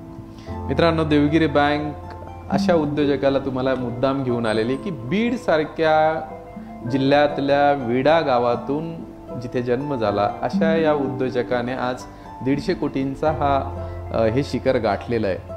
मुद्दाम मी हे सांगू इच्छितो की तुम्हीही करू शकता. आज जे ऑनलाईन आहेत आणि इथे बसलेले जे आहेत, हा प्रत्येक जण करू शकतो. फक्त स्वप्न आणि आपला आत्मविश्वास हा पक्का पाहिजे आणि आपण पुढे जाऊ शकतो. प्रसादजी, आपण आत्ता हा 150 कोटींचा टर्नओव्हर केला आहे, आपण मोठे होत चाललाय. पण हे मोठे होत असताना आपल्यावर खूप सामाजिक जबाबदाऱ्या, पदं पण खूप आहेत. मी आपली प्रोफाईल वाचायची म्हणलं तर 15 मिनटं लागतील, मोठा वेळ लागेल. विद्यापीठात पण आपण अनेक बॉडीवर आहात, पर्यावरणच्या संस्थांवर आहात. मॅजिक म्हणून म्हणजे आपण ज्यावेळेस आपण मोठे होत असतो त्यावेळेस आपले समाज बांधव, आपल्या इथले भूमिपुत्र यांच्यासाठी आपण काही देणं लागतो. आणि याच्यासाठी सामाजिक बांधिलकी घेऊन तुम्ही खूप तुमच्या दिवसाचं नियोजन करून तुमचं आयुष्य, मी आणि तुमचे सगळे मित्र बघत असतो की खूप आखीव रेखीव आणि शिस्तबद्ध तुम्ही सगळे तुमच्या जीवनाची रचना केलेली आहे. तर यामध्ये तुम्ही ही सामाजिक बांधिलकीची जाण म्हणून तुम्ही 32 उद्योजक उभे केलेले आहेत. मित्रांनो, 32 उद्योजकांना वेळ दिला आणि ते उद्योजक आज इन्कम टॅक्स रिटर्न भरतात. आणि याच्यातला CMIचा एक प्रोजेक्ट आहे मॅजिक म्हणून, त्याच्या अंतर्गत प्रसाद कोकिळ सर CMIचे अध्यक्ष होते. त्यावेळेसही मी त्यांना बघायचो की घड्याळ लावून 10 ते 12 असे 2 तास ते बरोबर त्या, म्हणजे आपण अनेक वेळा सामाजिक संघटनांची जबाबदारी घेतून वेळच देऊ शकत नाही, पण सरांनी व्यवसायातून वेळ काढून त्या संघटनेच्या विकासासाठी काय करता येईल असा दिला होता. त्याच्यामध्ये मॅजिक सुरू केलं. आणि आत्ता SB कॉलेजमध्ये टिंकरिंग लॅब, शाळेमध्ये tinkering lab, Atal tinkering lab म्हणून एक प्रोजेक्ट आहे. त्याच्यामध्ये तुमच्यासारखे जे उद्योजक आहेत की मनामध्ये खूप करायचं आहे, काहीतरी आयडिया आहे पण पुढे काय करायचं सुचत नाही, तर मॅजिक आणि टिंकरिंग लॅब याच्या माध्यमातून तुम्ही खूप मोठे उद्योजक घडवण्याची एक जीवनातलं ध्येय घेतलेलं आहे ते आम्हाला ऐकायला आवडेल. धन्यवाद किशोर. हा माझा पॅशनचा विषय तुम्ही काढला ते चांगला आहे. आयुष्यामध्ये मित्रांनो आपण सगळे जेव्हा शिकत असतो त्यावेळेला आपली लर्निंग फेज चालू असते. शिकत असतो आणि का शिकत असतो तर आपल्याला आयुष्यामध्ये उभं राहून उपजीविकेचं आपलं साधन उभं करायचं असतं म्हणून आपण शिकत असतो. आणि नंतर मग आपण उद्योग किंवा नोकरीमध्ये लागतो आणि अर्निंग करायला लागतो. सो पहिली फेज लर्निंगची कुठेतरी थांबते, ज्याला आपण फॉर्मल एज्युकेशन म्हणतो. तसं लर्निंग आयुष्यभर चालू असतं. अर्निंग सुरू होतं आणि अर्निंग नॉर्मली नोकरीमधला माणूस हा रिटायरमेंटच्या एजपर्यंत अर्निंगला कन्सिडर करत असतो. पण आपल्यासारखे जे उद्योजक असतात ते अर्निंगला तिथपर्यंत नाही कन्सिडर करत. कुठेतरी एक वयाच्या 40, 45, 50व्या वर्षी कॉमा ज्याला आपण म्हणतो पॉज घेऊन रिटर्निंग सुरू केलं पाहिजे. आणि रिटर्निंग आपल्याला जे आवडतं ते करायला पाहिजे. मला असं आवडलं की मी उद्योजक झालो. उद्योग जसा उद्योग वाढत गेला तसं जाणीव जास्त व्हायला लागली की असे उद्योजक जास्तीत जास्त निर्माण व्हायला पाहिजेत जेणेकरून आपला देश संपन्न होईल, आत्मनिर्भर होईल. आणि म्हणून मी असं ठरवलं की आपण उद्योजक निर्माण करायचे म्हणजे कसं, तर मग नेमकंच मोदीजींनी स्टार्टअप इंडिया घोषणा केलेली होती आणि आम्ही आमच्या चेंबरमध्ये जिथे औद्योगिक संघटनेचं ऑफिस आहे तिथे असं म्हटलं की जे उद्योग तयार झाले त्याचं मेंबरशिप करून पुढे काम करणं आणि उद्योजक तयार करून त्यांची मेंबरशिप क्रिएट करणं हाही एक आपला पोर्टफोलिओचा भाग आहे. म्हणून आम्ही दोघा-तिघा मित्रांनी मिळून magic Marathwada accelerator for growth and incubation council हे नाव मिळायलाही सर 1 वर्ष झगडायला लागलं. कारण नावातच जे मॅजिक आहे ते कोणालाच द्यायचं नसतं सहज आणि आम्हाला असंच घ्यायचं होतं. ROCमध्ये मी भांडलो आणि ते नाव आणलं. शेवटी त्यांनी कॉम्प्रोमाइज मला करायला लावलं की ते शेवटचं जे सेंटर आहे त्याला काढून त्यांनी काउन्सिल करा म्हणे. आम्ही ओके करतो, तेवढं मी कॉम्प्रोमाइज केलं. पण आपल्याला जे पाहिजे ते तसंच पाहिजे हा ध्यास आणि त्याच्यासाठी वाटेल त्या लेवलला जाऊन करायची तयारी, हिंमत, होमवर्क एवढी आपण सगळ्या तरुणांनी घ्यायला पाहिजे. आणि हे रिटर्निंग फेजमध्ये मी ठरवलं की मी 100 उद्योजक आयुष्यामध्ये 100 उद्योजक घडवणार. आणि वयाच्या 50 नंतर मी मित्रांना, नातेवाईकांना बोलवलं आणि सांगितलं की माझी सेमी रिटायरमेंट सुरू झाली. आजपासनं 4 तास अर्निंगसाठी आणि 4 तास हा रिटर्निंगसाठी. त्याच्यामुळे 50 नंतर म्हणजे 4 वर्ष झाले, 4.5 वर्ष झाले मी आता 4 तास रोजचं देतो. आणि आपण जे म्हणालात ते मी 10 वाजता मॅजिकमध्ये असतो, 12-12:30पर्यंत मुलांच्या आयडिया ऐकतो. जसा म्हणाला तसं रॉ आयडिया ऐकतो आणि त्यांना मार्गदर्शन करतो. आणि रोज निदान 2 मुलं फॅक्टरीमध्ये येतात, 2 टीम येतात आणि त्यांना मी मार्गदर्शन करत असतो. वा, म्हणजे प्रसादजी 4 तास आज तुमच्या उद्योगातले जर तुम्ही उद्योगाला जर देऊ शकला असता, दिले असते तर तुमचा उद्योग हा दुप्पट कोटींनी वाढला असता. पण कुठे थांबायचं आणि समाजाचं देणं आपण लागतो ते परत कसं करायचं हे चिंतन करून तुम्ही आज जे 4 तास देताय, तर त्या मॅजिकमध्ये ह्या आमचे ऑनलाईन आत्ता युवक ऐकतायत आणि इथे बसलेले, इथे शेतकरी पण आहेत आणि इंजिनिअरिंग कॉलेजचे पण आहेत, विद्यापीठातले पण युवक इथे आहेत. याच्यातलं कुणीही त्याचा लाभ घेऊ शकतो का? अगदी केव्हाही. दर शनिवारी रेल्वे स्टेशन MIDCमध्ये CMIची बिल्डिंग आहे, तिथे आलं आणि 9 ते आता परत कोविडमुळे आम्ही थोडं ऑनलाईन केलं आहे, पण तिथे येऊन महेश किंवा आमच्या टीममध्ये कोणालाही भेटू शकतात आणि त्यांची आयडिया आम्ही ऐकावी मेंटरनी, याच्यासाठी ते वेळ घेऊ शकतात आणि ऑनलाईन आम्ही त्यांना त्यांच्या आयडिया आता ऐकू. कारण फिजिकल सध्या बंद केलेलं आहे कोविडमुळे, मागच्या शनिवारपर्यंत चालू होतं. मित्रांनो, आपल्यातला कॅन कम डाऊन डायरेक्टली. आपलाच एक भाऊ आज एका उच्च शिखरावर गेल्यानंतर आपल्यासाठी काही करायला तयार आहे. मला वाटतं की ऑनलाईन पण जेवढे जण ऐकत असतील त्यांनी ह्या CMIच्या मॅजिक प्रोजेक्टला नक्की अप्रोच झालं पाहिजे. या मॅजिकमधून एक पैठण शहरातला, पैठण गावातला एक न्हावी, त्यांनी असं काहीच नसतं की शोध लावण्यासाठी तुम्ही उच्च शिक्षित असावे लागता. आमचा शेतकरीसुद्धा साधा खेड्यातला माणूसही त्याच्याही डोक्यामध्ये एक चांगली संकल्पना असते, पण ती पूर्ण कशी करायची याचं त्याला ज्ञान नसतं आणि ते ज्ञान, त्याचं सगळा इन्फ्रास्ट्रक्चर, त्याचा खर्च या मॅजिकमधून केला जातो. आणि असाच एका न्हाव्याच्या डोक्यामध्ये कल्पना आली की एक वेगळ्या प्रकारचा वस्तारा त्याला करायचा आहे. एक न्हावी निरक्षर असलेला त्याला वाटतं की मी एक वेगळा वस्तारा करू शकतो, पण कसा करायचा मला नाही. आणि त्याची आणि प्रसाद सरांची भेट झाली. प्रसाद सर, ते ऐकायला आवडेल आम्हाला. खूपच प्रेरणादायी कथा आहे ती खरं म्हणजे. पैठणसारख्या गावात न्हावी जो दुकान चालवतो आणि आपण सगळेजण जिलेटनी सर आजकाल करतो ते रेझर किंवा हे, आणि ते डिस्पोजेबल असतं, आपण टाकून देतो वापरल्यावर. आपण हे कशासाठी करतो तर हायजीन हा विषय असतो. पण कधी आपण विचार केला आहे का की जे आपले ग्रामीण भागातले आपले बांधव आहेत ते अजूनही वस्त्र्यांनीच दाढी करतात आणि हा हायजीन हा विषय त्यांना नाही लागू होत का? तर आपल्यापैकी सगळे शिकलेले लोक त्याच्याबद्दल कानाडोळा करतात. पण त्या एका मित्राला, आमच्या विलास मोरेंना वाटलं की हायजीन हा विषय जर या शहरातल्या लोकांना, मोठ्या लोकांना जर आहे काळजीचा, तर माझ्या शेजारच्या माझ्या कस्टमरला पण काळजीचा आहे. आणि मग त्याला वाटलं की जिलेट जसं आपण तोडून फेकून देतो ते आपोआप यूज अँड थ्रो होतं, तसं वस्त्रा होईल का? आता वस्त्रा तुम्हाला सगळ्यांना माहिती आहे, लोखंडी, त्याच्यामध्ये एक ब्लेड अर्धी तोडून टाकणं आणि मग वापरणं.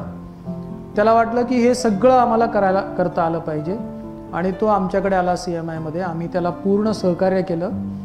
पण त्याची चिकाटी, त्यांनी सगळं डिझाईन शिकला, त्याला मोल्ड मी माझ्या फॅक्टरीतनं पहिल्यांदा बनवून दिलं आणि ते जे यंत्र तयार झालं त्याला राष्ट्रपती पारितोषिक मिळालं, पेटंट मिळालं आणि त्याला विमानाने आम्ही दिल्लीला पाठवलं. जेव्हा त्याला पेंटिंग वगैरे सगळं करून आम्ही दिलं आणि आज मिलिंद कंग सर असतील, आमचे मॅजिकचे सगळे डायरेक्टर मिळून त्याला एवढी मदत करतोय. आता तो व्यवसायात उतरला आहे आणि आता त्याचं पॅकेजिंग डिझाईन झालं आहे आणि आपण म्हणतो तसं सगळ्या ॲडव्हर्टाईजमध्ये तुम्हाला दिसायला लागेल.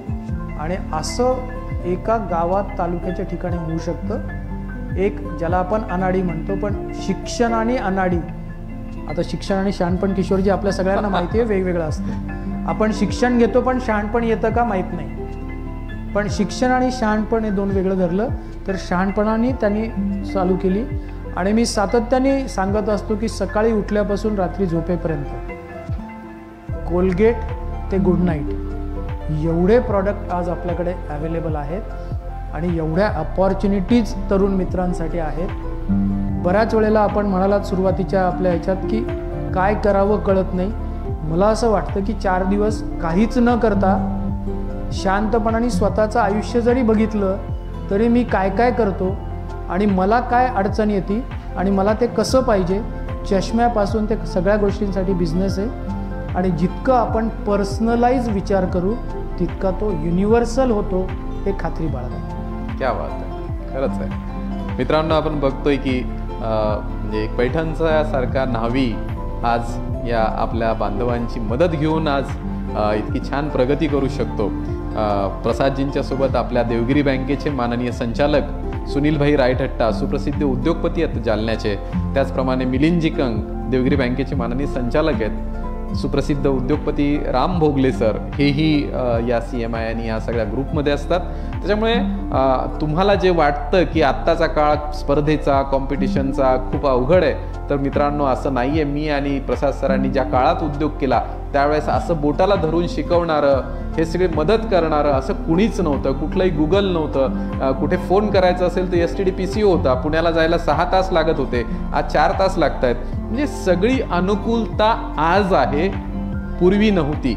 आणि आज अशा अनुकूल परिस्थितीमध्ये इतकं चांगलं मार्गदर्शन, मॅजिक किंवा आपल्या डॉक्टर बाबासाहेब आंबेडकर मराठवाडा विद्यापीठात मी आहे, तिथे इन्क्युबेशन इनोव्हेशन सेंटर आहे. तिथे आपले त्रिपाठी सर आहेत, प्रसादजी आहेत, उमेश दाशरथी सर आहेत. हे सगळी मंडळी त्या विद्यापीठामध्ये तुमच्या मनात आलेली संकल्पना, तुम्ही फक्त एक थॉट घेऊन यायचा आहे की सर मला असं वाटतं की मी डोळे हलवले की माझ्या टीव्हीचा चॅनल बदलला पाहिजे, बस एवढं सांगा. ते कसं करायचं, सगळी यंत्रणा आज तुमच्या मदतीला आहे.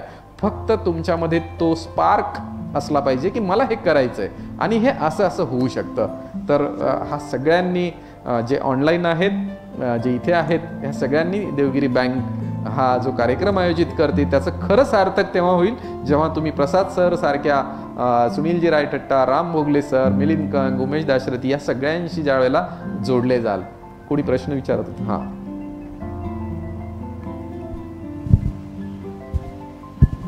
हॅलो. या thank you sir for your inspiring session and journey. माझं नाव सुरेश सोरमारे. मी पण एक खेडेगावातूनच आलेलो. भोकरदन तालुक्यामध्ये माझं वालसा वडाळा हे जवळपास 2,500 लोकसंख्येचं गाव. मी माझं education YB Chavan college of pharmacy इथून कंप्लीट केलं. त्यानंतर बॉम्बे कॉलेज ऑफ फार्मसी इथून पोस्ट ग्रॅज्युएशन कंप्लीट केलं. त्यानंतर माझं प्लेसमेंट झालं होतं, कॉलेज थ्रूच प्लेसमेंट झालेलं एका मल्टीनॅशनल फार्मा कंपनीमध्ये ॲज अ रिसर्च अँड डेव्हलपमेंटसाठी. बट मलाही उद्योजक वगैरे एंटरप्रेनरशिपमध्ये खूप इंटरेस्ट होता. तर मी तिथे जॉईन न करता मी परत स्वतः शोधला म्हणजे जिथे मला काहीतरी ग्रोथ अपॉर्च्युनिटी वगैरे बघायला भेटेल. त्यानंतर मी एक बँगलोरमध्ये ट्रॅक्सन म्हणून कंपनी होती. ती स्टार्टअपच आहे जो 2013ला स्टार्ट झालेली. एक IIT बॉम्बे आणि स्टॅनफोर्ड युनिव्हर्सिटीच्या दोघांनी स्टार्ट केलेली होती. तर तिथे अपॉर्च्युनिटी भेटली आणि ती कंपनी अशी होती की ती जगातल्या सगळ्या स्टार्टअपला ट्रॅक करते आणि येस ओके हो. तिथून मला एक स्टार्टअपच्या वगैरे खूप साऱ्या आयडिया भेटला. त्यानंतर मी परत पुण्याला वगैरे दुसरी कंपनी जॉईन केली, ती पण आता त्याच्यानंतर मी माझं स्टार्टअप सुरू केलेलं आहे डॉक्टर बामूमध्ये, बजाज इन्क्युबेशन सेंटरमध्ये. सचिन देशमुख सरांचं गायडन्स वगैरे त्यांनी. मी एक हेल्थकेअरमध्ये स्टार्टअप आहे माझं. त्याच्यात मी मार्केट रिसर्च केलेला प्रायमरी आणि सेकंडरी. आता डायरेक्ट मार्केट इम्प्लिमेंटेशन वगैरे कसं करता येईल ते बघतो. बट त्याच्या अगोदर मला पायलट स्टडी वगैरे सुरू करतो. त्याच्यात मी विचार करतो आहे की मी एक टेक्नॉलॉजीचा सपोर्ट लागणारच आहे मला. बट आता स्टार्टिंगपासून टेक्नॉलॉजीमध्ये इन्व्हेस्ट करायला पाहिजे की आणखी पायलट स्टडी करू मार्केटमध्ये डायरेक्ट कस्टमरसोबत आणि डिमांड आणि सप्लाय चेन दोघांसोबत डायरेक्ट डील केल्यानंतर टेक्नॉलॉजी करू की आतापासूनच त्याच्यावर वर्कआउट करायला स्टार्ट करू. मी मार्केट रिसर्च केलेला, त्याच्यात मला खूप पॉझिटिव्ह रिस्पॉन्स आलेला. बट एनिवे अगदी करेक्ट. पायलट नक्की करायला पाहिजे. पायलट आणि व्हॅलिडेशनमध्ये बऱ्याच वेळेला प्रॉडक्ट चेंज होतो किंवा म्युटेट होतो. त्याच्यामुळे पायलट नक्की करायला पाहिजे आणि पायलट झाल्यानंतर त्याचा जो आपण स्केलअप प्लॅन असतो, ज्याला आम्ही बिझनेस प्लॅन म्हणतो, या बिझनेस प्लॅनवर काम करायला पाहिजे आणि नंतर पुढे जायला पाहिजे. तर मी येतो सचिन देशमुख सरांकडे. ॲक्च्युली एक सेशन पण होता आपला ठरलेला. हां करेक्ट. तर तो सेशनही आपला होईल त्यावेळेला मी अजून डिटेल्स आपल्याला. एक शेतकरी पण पाडळी पैठण तालुक्यातून आलेले दत्ताजी, त्यांचा काही प्रश्न होता. हॅलो, नमस्कार सर. हा सर, माझा एक प्रश्न असा होता. पहिला सुरुवातीला मित्रांनो जे विचारला त्याच पद्धतीमधला आहे का, समजा उद्योग तो उभा करायचा आहे पण नेमकं कोणता करायचा आणि तो उद्योग मार्केटमध्ये चालेल का, हा मोठा प्रश्न आहे. का नेमका आता उद्योग कोणता निवडायचा आणि तो उद्योग मार्केटमध्ये चालू शकतो का. आणि जर समजा आता विषय तर आर्थिकची बाजू आली, समजा त्याच्यामध्ये आर्थिक बाजू पण त्याच्यात मोठी आहे समजा साहेब. कारण की आता उद्योग आता बँक कसं देऊ लागल्या, ज्यावेळेस तुमचा उद्योग चालू करायचा आहे किंवा चालू झाल्यानंतर मग त्याला जास्त लोन वगैरे भेटतात समजा. मला वाटतं दत्ताजींनी विचारलेला हा जो प्रश्न आहे हा सगळ्याच युवकांच्या मनात असतो की मला उद्योग करायचा आहे, काय करून भांडवल कुठून आणू. तर हा खरोखर मी सुरुवातीला म्हणालो की आपल्या मनात आधी काही वाटलं पाहिजे की मी म्हणालो तुम्हाला मोटरसायकल बनवा, तर मला वाटतं की मी मोटरसायकल बनवली तर विकू शकेन. पण तुम्हाला जर फ्लॉवर पॉट आवडत असेल तर तुम्ही फ्लॉवर पॉटच बनवला पाहिजे, पण तो आतून वाटला पाहिजे. जर तो तुम्हाला आतून वाटत असेल तर तो तुम्ही बनवाल तर तो जगभर विकाल, मग त्याला कितीही स्पर्धा असू दे. हे साधारण मला वाटतं प्रसादजी सगळ्यांचं सूत्र असतं. आणि याच्याच अनुषंगाने मी दत्ताजी मी पुढे प्रसादजींना विचारतो की तुमचे मुलं पण आत्ता तुम्ही एवढा हा मोठा उद्योगचा सगळं साम्राज्य उभारलेलं आहे आणि तुमची मुलं आता मोठी झालेली आहेत. तर ही मुलं आता म्हणजे काही अनेकांना असूया होते की नाही बा ही मोठ्या माणसांची मुलं आहेत तर ही आपोआप आता ही पण मालक होणार. तर तुम्ही त्यांना असंच त्यांना काही कल्पना म्हणजे त्यांच्या काही वेगळा काही ते करणार आहेत का तुम्ही त्यांना डायरेक्ट कंपनीचे डायरेक्टर बनवणार आहात. साधं उत्तर नाही असं आहे याचं. कारण प्रत्येकाला तो कुणाचा मुलगा इज नॉट इम्पॉर्टंट, त्यांनी जर्नी कुठली केली पाहिजे इज व्हेरी इम्पॉर्टंट. तर तो जर का मालकाचा मुलगा असेल तरी त्याला जर्नी तीच करावी लागेल. म्हणजे आनंदाची गोष्ट म्हणजे माझी मुलगी मला जॉईन झाली 4 वर्षापूर्वी. ती हैदराबादमध्ये प्रॉडक्ट डिझायनर एका चांगल्या मल्टीनॅशनल फर्ममध्ये होती. पण तिला असं वाटलं की तिथे जे काम करते ते तिला आमच्या जो इनोव्हेशनचा एक व्हर्टिकल आहे आमचा इकोसेन्समध्ये, तर तिथे येऊन काम करता येईल. तर तिला पहिले प्रॉडक्ट डिझायनर इंटर्नशिप, मग ट्रेनी, मग ऑफिसर, मग मॅनेजर आणि आत्ता 5 वर्षांनी ती CEO झालेली आहे. त्याच्यामुळे ती जर्नी ही करणं गरजेचं आहे. तिला सगळ्या विभागांची सगळ्या अनुभव घ्यायला लावला, पूर्ण टप्प्याटप्प्याने घ्यायला लावला. मला वाटतं प्रसादजी ती ज्या वेळेला त्या ह्या सगळ्या विभागांमध्ये काम करायची आणि ती एका नोकरी म्हणजे ती तुमच्याकडे एकूण स्टाफ असल्यासारखी होती आणि ती अब्सेंट राहिली तर मला वाटतं तिचा पगारही तुम्ही कपात करत होता. अगदी तिला तीच ट्रीटमेंट होती जी नॉर्मल एम्प्लॉईला असते. सुट्टी घेतली, लीव असेल बॅलन्स ठीक आहे, विदाऊट इन्फॉर्मेशन नाही गेली तर अब्सेंट आणि लीव म्हणजे पगार कट. या ह्याच्यामधनं ती सगळी जर्नी झाली. आणि नंतर मग पहिल्या वर्षी प्रत्येकाला वाटतं की आपल्या घरची कंपनी आहे, तिला पण वाटलं असेल, मला माहीत नाही, तिच्या भावना मी नाही बोलायला पाहिजे, पण असं बरेचदा पगार कट तिचा झाला. आणि मग तिला लक्षात आलं की आपल्याला सहज पैसा नाही मिळणार आहे, मग अटेंड करायला लागणार आहे ड्युटी, म्हणजे काम करायला लागणार आहे. आणि नंतर 2 वर्ष तिला सातत्याने हायएस्ट प्रेझेंटीचं बक्षीस मिळालं. क्या बात आहे. आणि सरांचा जो प्रश्न आहे की काय करायला पाहिजे, सर शेतकऱ्यामध्ये आता मला खात्रीने वाटतं माझ्याकडे जे मॅजिकमध्ये इन्क्युबिटीज आहेत की farm mechanisation is next future. Farm मेकॅनायझेशनमध्ये जे काही पर्सनलाइज तुम्हाला लागतं, तुमच्या 1 एकर ते 10 एकर 25 एकर शेतीमध्ये जे जे लागतं, मग ते अगदी बियाणं पेरण्यापासून ते फवारणीपर्यंत, काढणीपासून ते लॉजिस्टिक्सपर्यंत, हे सगळं जे मेकॅनायझेशन व्हायला पाहिजे त्याचं नेक्स्ट फ्युचर आहे. आपण त्याच्यात लक्ष घाला. आपल्याच शेतीत पहिले आपल्यासाठी बनवा, आपल्या मित्रांसाठी बनवा आणि मग आपल्याच जागेमध्ये उद्योग करून तो वाढवा.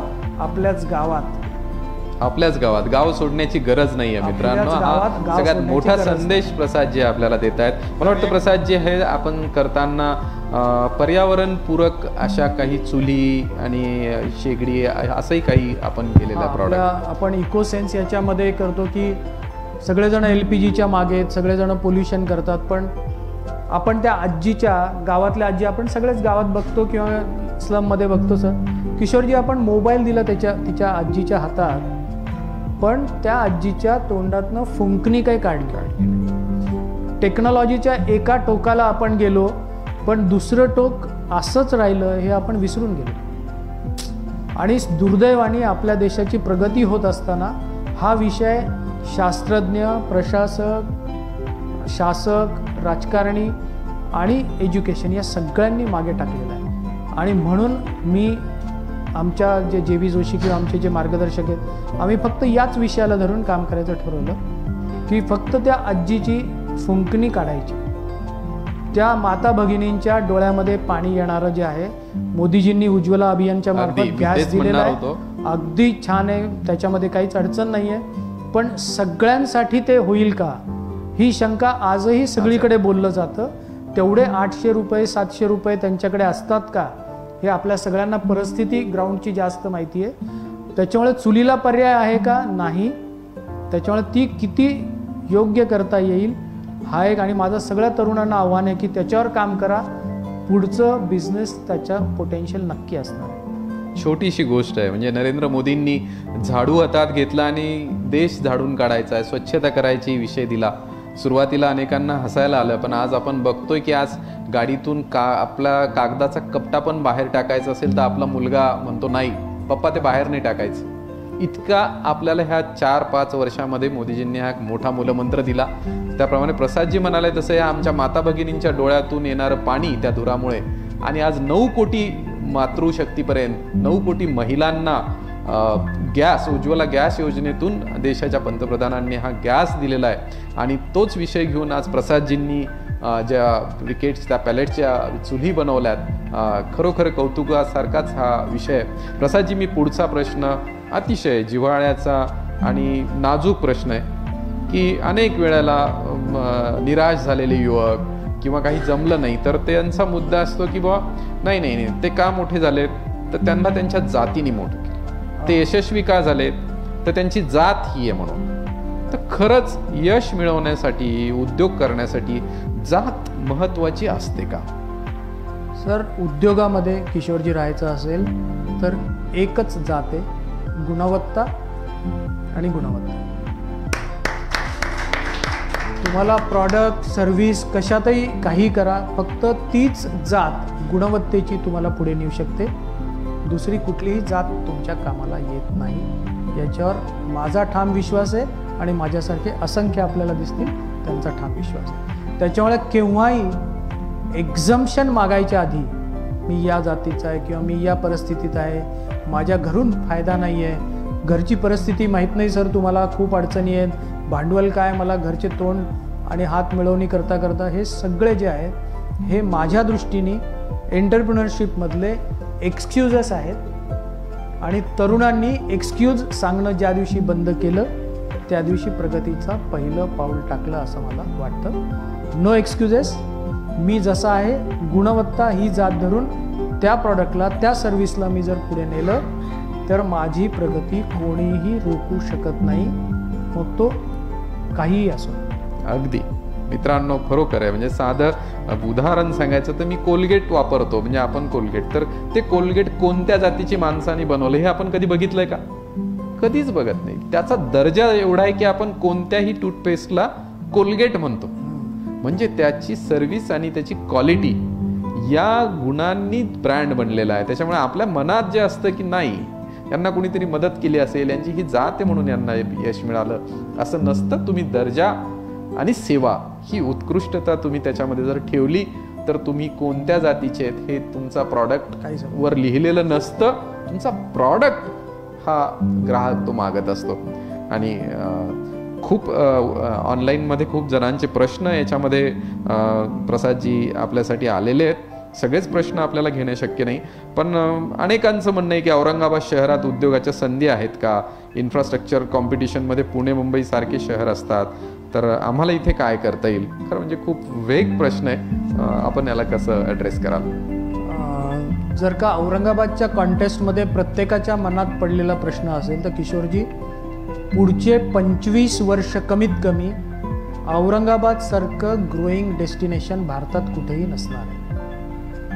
ज्याच्यामध्ये DMIC आहे, औरंगाबाद पुणे रेल्वे मार्गाने हायवेने जोडलं जाणार आहे, औरंगाबाद मुंबई जोडलं जातं आहे, औरंगाबाद नागपूर जोडलं जातं आहे, औरंगाबाद हैदराबाद ऑलरेडी जोडलं जातं आहे. इतकं कनेक्टिव्हिटी असणारं शहर, ज्याच्यामध्ये DMIC सारखा मोठा प्रोजेक्ट, ज्याच्यामध्ये मोठे अँकर युनिट येणार आहेत आणि वाळूज आणि शेंद्रा चिकलठाणा हा आधीचा उद्योजक वाढीसाठीचा असलेला प्रकल्प, एवढी संधी कुठल्याही शहराला आज नाही. त्याच्यामुळे औरंगाबादच्या आसपास असाल तर you are in golden land of entrepreneurship असं मला वाटतं. खरंच आहे. म्हणजे आणि बिलकुल संधी आहे. तुम्ही पुण्याकडे बघू नका, पुण्याकडे जाऊ नका, मुंबईकडे बघू नका, मुंबईकडे जाऊ नका, इथेच राहा. आणि मी सांगितलं मगाशी त्या सरांना की तुम्ही तुमच्याच गावात शेतीमध्ये राहून उद्योग करा. असंच केलं तर पुढच्या सगळ्या संधी या आपल्यासाठी आहेत आणि त्याच्यामुळे बिनधास्त राहा, विश्वास ठेवा की या सगळ्या संधी औरंगाबादमध्ये आपल्याला मिळणार आहेत. आणि स्वतःचं उदाहरण आहे की ग्रेटर नोएडा, पंतनगर अशा ठिकाणी किंवा पुण्यामध्ये त्यांचे प्रोजेक्ट, तर ते औरंगाबाद सोडून प्रसादजी शिफ्ट नाही झालेले, ते इथेच आहेत. आणि इथला विकास आणि इथल्या मातीशी जी जोडलेली नाळ आहे तिच्यासाठी काय करता येईल हे दिवसाच्या तासांची रचना करून ते वेळ देऊन असे उद्योजक घडवतायत. ही सामाजिक बांधिलकी जाण असलेला हा उद्योजक आज आपल्यासमोर आहे. सर, आमच्या युवकांना म्हणजे मी ज्या काळात उद्योग सुरू केला तर मी सिव्हिल इंजिनियर आहे आणि मला प्रोजेक्ट रिपोर्ट करता येत नव्हता. आणि एक महामंडळ होतं आणि त्याच्याकडून कर्ज ती मला मिळवायचं होतं. 3.25 लाखाचं कर्ज होतं मित्रांनो, 20-25 वर्षापूर्वीची गोष्ट आहे. आणि ते मी नोकरी करत होतो आणि त्यावेळेला हे सगळं कॉम्प्युटर, गुगल काही नव्हतं आणि मलाही कळत नव्हतं. तर मला तो कर्ज मिळवायला तो प्रोजेक्ट रिपोर्ट इतक्या वेळा त्या लोकांनी बदलायला लावला की मला 1.25 वर्ष लागली. आणि आज देवगिरी बँक तुम्हाला 24 तासामध्ये कर्ज द्यायला तयार आहे. म्हणजे इतका काळातला हा बदल झालेला आहे. तर आज आमच्या युवकांना असा भांडवल उभारणी करायची असेल तर एकूण बँक म्हणून आणि उद्योग म्हणून त्यांचं काय धोरण असलं पाहिजे, त्यासाठी शासनाच्या काही योजना त्यांना आहेत का? आणि पुन्हा योजना मी शब्द काढला म्हणून अनेक जणांचं असतं की सर ही योजनेचा लाभ घ्यायचा आहे. म्हणजे उद्योग का टाकायचा आहे तर याच्यामध्ये व्याजाची सबसिडी आहे, याच्यामध्ये 30% सबसिडी आहे. ती सबसिडी हे त्याचं उद्दिष्ट असतं आणि तेवढ्यासाठी उद्योग टाकायला अनेक जण जातात. तर एकूण शासनाचं भांडवल, बँका आणि उद्योग याच्यावर आपण काय सांगाल? खूपच म्हणजे सगळ्यांसाठी अतिशय महत्त्वाचा प्रश्न आहे किशोरजी हा. आणि मला आठवतं तुम्ही 3.25 लाखासाठी ते प्रोजेक्ट रिपोर्टसाठी मारामारी केली, मी 3 लाखासाठी केली. म्हणजे त्या काळी आपली पोच फक्त ते 3 लाख 3.25 लाख अशीच होती. आणि आता कुठल्याही योजनेमध्ये 5 लाख मिनिमम लोन मिळू शकतं अशी परिस्थिती आहे. पहिली गोष्ट जे पहिल्यांदा या मित्राने विचारलं, आपल्या एका शेतकरी मित्रांनी विचारलं की मला काय करायचं आहे, माझं ऑब्जेक्टिव्ह काय, मी बिझनेस कशामध्ये करणार आणि मला कुठपर्यंत पोहोचायचं आहे, कशा पद्धतीने. त्या मित्राने विचारलं पायलट प्रोजेक्ट करायचा का? हो. तर मला पहिले कळलं पाहिजे की मला गरज किती रुपयांची आहे. ही गरज फार महत्त्वाची आहे. कारण खूप जण तिथेच गोंधळतात की मला कुणी विचारलं किती लोन पाहिजे, आपण पटकन ॲन्सर करत नाही. बँकेचे अधिकारी इथे असतील तर मला खात्री आहे की तुम्ही पटकन विचारलं किती लोन पाहिजे, त्यांना पटकन नाही सांगता येत. त्यांना असं वाटतं की मी किती 25 सांगितलं तर जास्त वाटेल, 5 सांगितलं तर कमी वाटेल, कारण मी माझी गरजच नाही काढलेली. तर मित्रांनो, पहिले माझी गरज काय त्या उद्योग उभारणीसाठी हे काढणं महत्त्वाचं आहे. आणि मग आपण म्हणाला तसं कुठली योजना मला याला मदत करू शकते. योजना मदत करण्यासाठी असते, योजनेसाठी व्यवसाय नसतो. सबसिडी मिळते म्हणून व्यवसाय करायला कोणी उतरत नाही. जे उतरतात ते कधीही यशस्वी होऊ शकत नाही. त्याच्यामुळे उद्योग करणं, व्यवसाय करणं हा महत्त्वाचा प्रश्न आहे. आणि त्याला योजना ही मदत करत असते आणि भावना फक्त मदतीची पाहिजे. बँक अतिशय उत्तम उदाहरण आहे की तेव्हाच्या बँकांचं आणि आजचं देवगिरी बँक तर 24 तासात आपण म्हणतात. आणि मला खात्री आहे की पटापट लोन होतं. पण लोन द्यायचं आपल्याला माहिती आहे की तो फॉर्म भरायला लागतो, प्रोजेक्ट रिपोर्ट करायला लागतो. आणि प्रत्येक उद्योजकाला, जेव्हा नवीन उद्योजक असतो, या मित्राला वाटलं की मला लोन पाहिजे 2 लाख, की बँक त्याला 10 प्रश्न विचारते आणि त्या 10 प्रश्नांचे उत्तरं आम्हाला देता येत नाहीत किंवा द्यायची आमची इच्छा नसते. आम्हाला असं वाटतं उद्योजक म्हणून आम्हाला अशी मदत पाहिजे की तुम्ही काय विचारायचं नाही. देवगिरी बँकेचे अध्यक्ष आहात ना, बँक चालवताना आम्ही उद्योजक आहेत, आम्ही येणार, तुम्हाला म्हणणार 5 लाख रुपये लोन द्या, तुम्ही एका कागदावर आमची सही घ्यायची आणि 5 लाख रुपये देऊन टाकायचे. असाच आग्रह असतो. पण घरी वडिलांना 100 रुपये मागितले, किती प्रश्न येतात. तो चॉकलेट घेणार आहेस का, पुस्तक घेणार आहेस का, पिक्चरला जाणार आहेस का, एकटाच का मित्रांना बरोबर, मित्र तिकीट काढणार आहे का, तू मित्राचं तिकीट काढणार आहे का. 100 रुपयासाठी आपले वडील इतके प्रश्न विचारतात. अननोन बँक तुम्हाला पैसे देताना किती प्रश्न विचारायला पाहिजेत, तेवढे प्रश्न त्यांना विचारू द्या.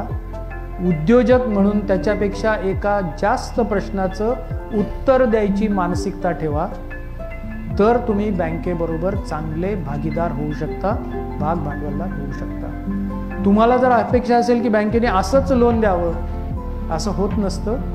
किंवा अनेक जण सल्ला देतात की स्वतःच्या पैशाने उद्योग करायचाच नसतो, सगळं कर्ज काढायचं असतं. त्याच्यावर येतो सर मी, मला त्याच्याबद्दल खास मेसेज द्यायचा आहे, कारण तो एक मेसेज खूप महत्त्वाचा आहे. आणि मग आपल्याला वाटतं की बँकेमध्ये गेल्यावरती ते नियमावली सांगतात एकदम स्टिरिओ टाईप, 25% तुमचं भागभांडवल आणा, 75% आम्ही फायनान्स करू. मग कोणीतरी चार्टर्ड अकाउंटंट किंवा जुना अनुभवी उद्योग केलेला व्यक्ती असतो, तो सांगतो की अरे आपले काही पैसे टाकायचे नाही. ते असं इन्फ्लेट करून घ्यायचं की बँकेच्या 75%वरच व्यवसाय चालला पाहिजे आणि आपण आपले पैसे घरी घ्यायचे. अगदी. हां, आणि अशाने कधीही व्यवसाय प्रगतीपथावर जाऊ शकत नाही. प्रयत्न असा असायला हवा की बँक म्हणते तुम्हाला 75% जास्तीत जास्त देऊ शकतो, तुमची मानसिकता अशी राहायला पाहिजे की मी कमीत कमी किती घेऊ. 50% भागतं का माझं? मी 50% स्वतःचे उभे करू शकतो का? 45% भागतं का? बँकेच्या प्लॅटफॉर्मवर सर बँकेचं नुकसान होणार बोलतोय, पण खात्री आहे की NPA होणार नाही याने. अशा पद्धतीने जर विचार केला, आणि मी नेहमी सांगतो की बँकेमध्ये नक्की जा, बँकेचं लोन परत घ्या आणि परत करा. जेवढं परत आणि करा, परत या आणि परत करा, तरच बँकही वाढेल आणि आपणही वाढेल. असं जर कुठेही या परत शब्दामध्ये जर का एक्सचेंज झाला ना, मग गडबड. वेळेवर परत करा, पुढची पत वाढवा आणि मोठे होत राहा. हे चक्र सतत चालू राहिलं पाहिजे. वेळ उशीर खूप होतोय, पण अनेक प्रश्न मला मित्रांची आग्रह होतो की सर अजून माझे 4 प्रश्न आहेत, पण शेवटचे 2 प्रश्न मी घेतो की हा सगळा उद्योग व्यवसाय करताना एक सेफ नोकरी 10 ते 5 फिक्स पगार का? तर उद्योगामध्ये वेळ नसतो, कुटुंबाला वेळ देता येत नाही, धावपळ होते, ओढाताण होते, चिडचिड असते, भांडणं असतात, ते ताप उपद्व्याप खूप असतात, त्यापेक्षा नोकरी बरी. तर आता तुमचा एवढा मोठा हा उद्योगाचं हे साम्राज्य आहे, तर तुम्ही तुमच्या जीवनाचं हे कौटुंबिक स्वास्थ्य, तुमचे छंद, कुटुंबासाठीचा वेळ हे तुम्हाला देता की तुमची ओढाताण असते? नाहीतर मग तसं जर असेल तर आम्ही काही उद्योग करणार नाही. मी एक वाक्य पहिले सांगतो आणि मग ते एक्सप्लेन करतो. उद्योजकाला सुरुवातीच्या काळात सगळं ते करायला लागतं जे नोकरीमध्ये करायला लागत नाही. म्हणजे कष्ट असतील, सॅक्रिफाईस असेल, किंवा जी थोडीफार उडाताण असेल ती सगळी असेल. पण उत्तरार्धामध्ये उद्योजक ते करू शकतो जे नोकरीमध्ये कधीही शक्य नाही.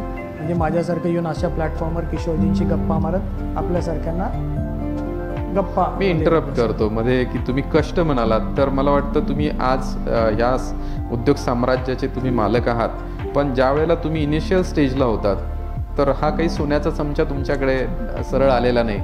तर त्यावेळेला तुम्ही रिक्षा पण चालवली आहे असं मी काय ऐकलंय. करेक्ट. रिक्षा चालवली म्हणजे मित्रांनो अगदी रिक्षा घेऊन मी वाळूज करत नाही थांबलो. पण व्यवसायाची नीड काय असते, गरज काय असते, तर एकदा किशोरजी असंच संध्याकाळी उशिरापर्यंत कंपनीमध्ये होतो आणि कस्टमरकडनं फोन आला की आत्ताच्या आत्ता आम्हाला पार्ट पाहिजेत, म्हणजे प्रोडक्ट पाहिजे. बघितलं मी आणि माझ्याबरोबर एक माझा मॅनेजर, आम्ही दोघंच होतो फॅक्टरीमध्ये, बाकी वर्कर होते जे मशीनवर काम करत होते, बाकी सगळे लोक घरी निघून गेले होते. मग मी म्हटलं आता ठीक आहे, नाही कसं म्हणायचं, त्यांना कस्टमर आहेत ते, म्हणजे आता मागितलं तर आपला सर्व्हिस देणं हे आपलं काम आहे. मग मी बघितलं, म्हटलं आम्ही दोघांनी मिळून ते पार्ट सगळे पॅक केले, बॉक्समध्ये सगळे लावले, आणि आता विचार आला की आता नेऊन द्यायचं आहे ना. साधारण 8-1 किलोमीटरवरती कंपनी होती. 8 किलोमीटरवर स्कूटरवर जायला लागायचं. स्कूटर होती माझ्याकडे, स्कूटरवरती देणं शक्य नव्हतं. जवळजवळ 30-40 बॉक्स होते. आमचे नेहमी एक जण रिक्षा आमच्या फॅक्टरीत लावायचा आणि आमचंही काही काम करायचं, पूर्ण वेळ त्याला काम नव्हतं, दुसरीकडे रिक्षा चालवायचा. मी त्याची रिक्षा जुगाड करून चालू केली, किल्ली नव्हती. आपल्या सगळ्यांना माहिती, आपल्या मोटरसायकल बऱ्याचदा आपण अशा चालू करतो. तर तशी चालू केली रिक्षा, ते 40 बॉक्स रिक्षात टाकले आणि रिक्षा घेऊन त्या कंपनीच्या आवारात एंट्री करून गेलो. त्या लोकांना आश्चर्य वाटलं की हा माणूस रिक्षाने कसं काय घेऊन आला, तो रिक्षा ड्रायव्हर तर नाही आहे, हे मालकच स्वतः रिक्षात घेऊन आले. ही गोष्ट आहे किशोरजी की गरज जी असते ना कस्टमरची, त्यावेळेला तुम्ही ती नीड पुरवली तर ते आवश्यक राहतं. आणि कोणत्याही छोट्या कामाला लाजायचं नाही. रिक्षा ड्रायव्हरचं काम मालक करतो ही लाज बाळगायची नाही. आणि त्या सर्व्हिसची जी आहे त्याच्यानं दुसरा मेसेज अख्ख्या कंपनीला जातो की आपले मालकच काही कारण सांगत नाहीत, आपल्याला काय हक्क बनतो कारण सांगायचा.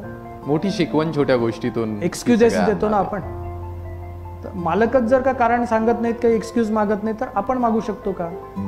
हा मेसेज आपण आपल्या कृतीतून सहज देतो. कौटुंबिक सर, मी माझं फॅमिली लाईफ खूप छान एन्जॉय करतो.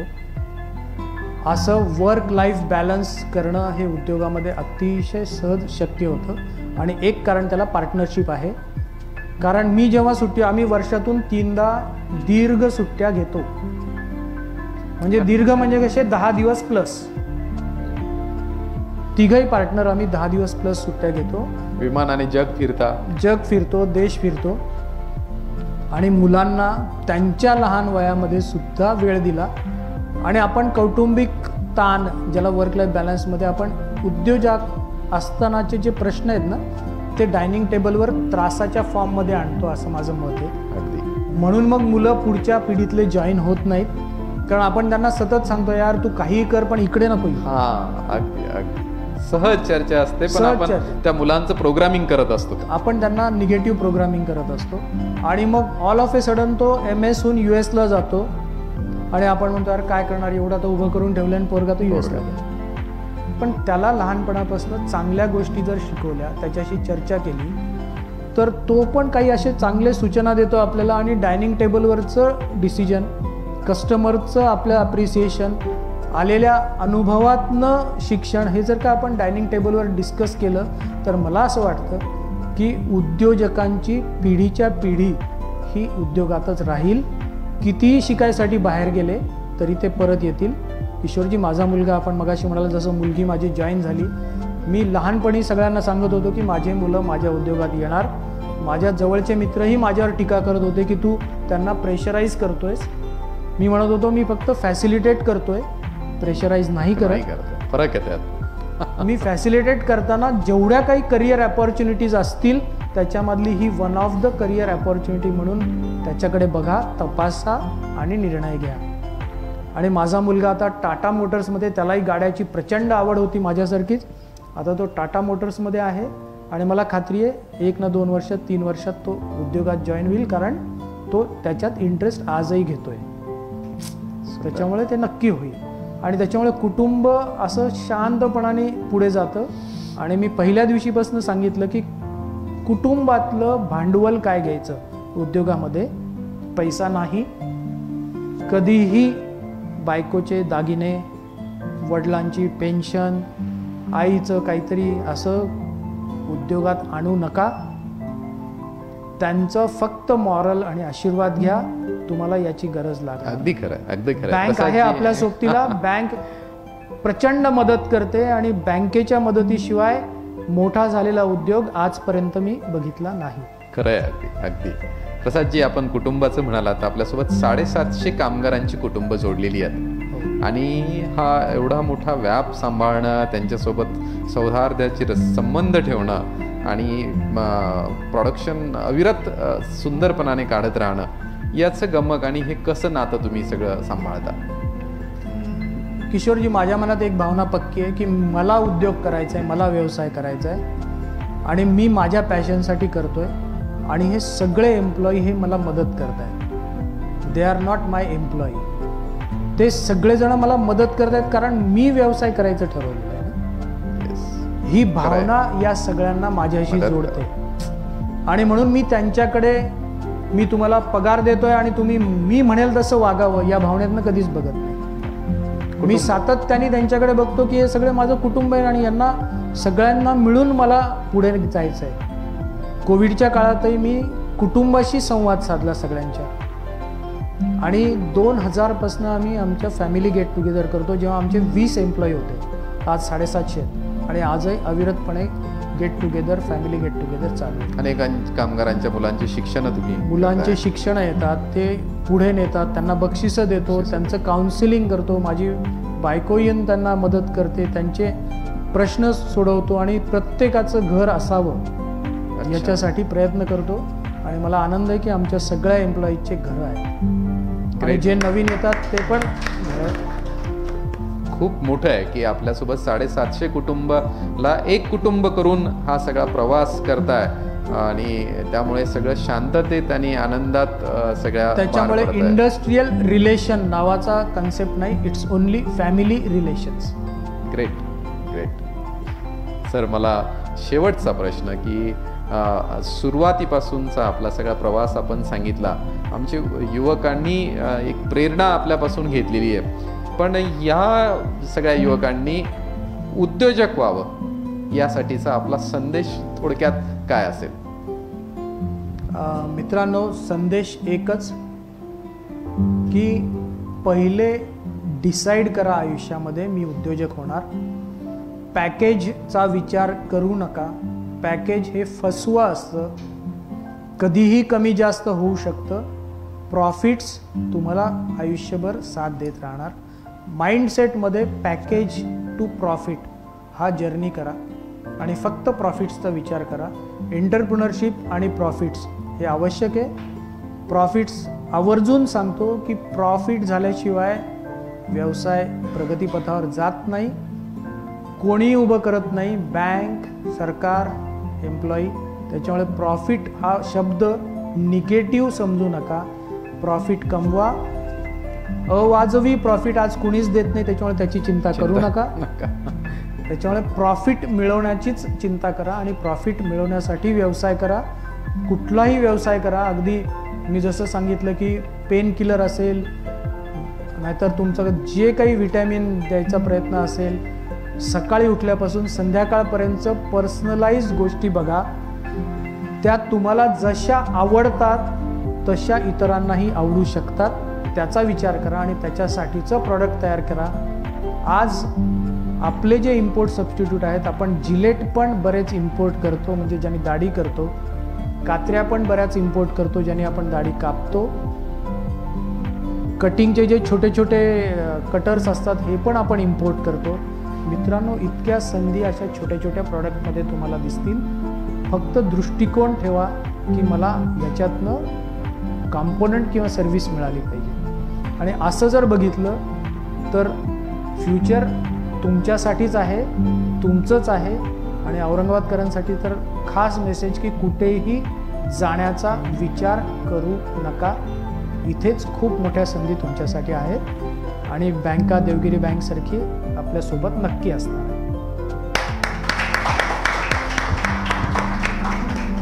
मित्रांनो, गेल्या 1.25 तास झाला आपण प्रसाद कोकीळ सर यांची एक रोमांचकारी ही सगळी यशकथा आपण ऐकली. ही प्रेरणादायी कथा आपण सगळ्यांनी बघितली.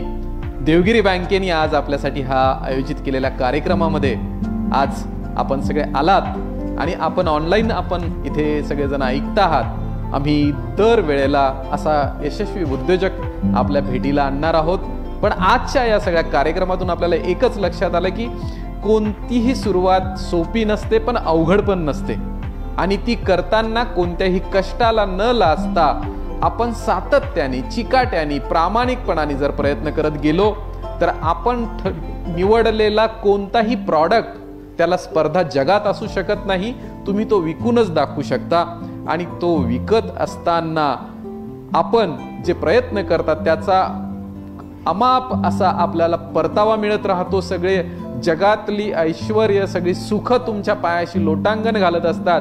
ही सुख आल्यानंतरही थांबायचं कुठे, तेही आपल्याला याच्यातून शिकता येतं, शिकलं पाहिजे.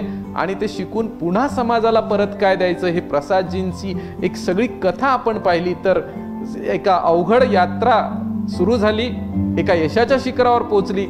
सामाजिक बांधिलकीची जाण ठेवून आज त्यांनी 32 उद्योजक घडवले. त्यांनी 100 उद्योजक त्यांना घडवायचेत आणि ते आतुर आहेत तुमच्यासारख्यांना मदत करायला. मला वाटतं की अशा या सुवर्ण संधीचा तुम्ही देवगिरी बँक, प्रसादजी, राम भोगले सर, सुनील रायटट्टा, मिलिंद जिकंग, उमेश दासरथी अशा अनेक मोठे उद्योजक आपल्या या शहरामध्ये आहेत की जे तुम्हाला मदत करू इच्छितात. मराठवाड्यामध्ये कुठेही मदत करू इच्छितात. त्याचा सर्वांनी आपण लाभ घेतला पाहिजे. नोकऱ्या मित्रांनो आत्ता कमी आहेत, सगळ्यांना नोकरी मिळू शकत नाही.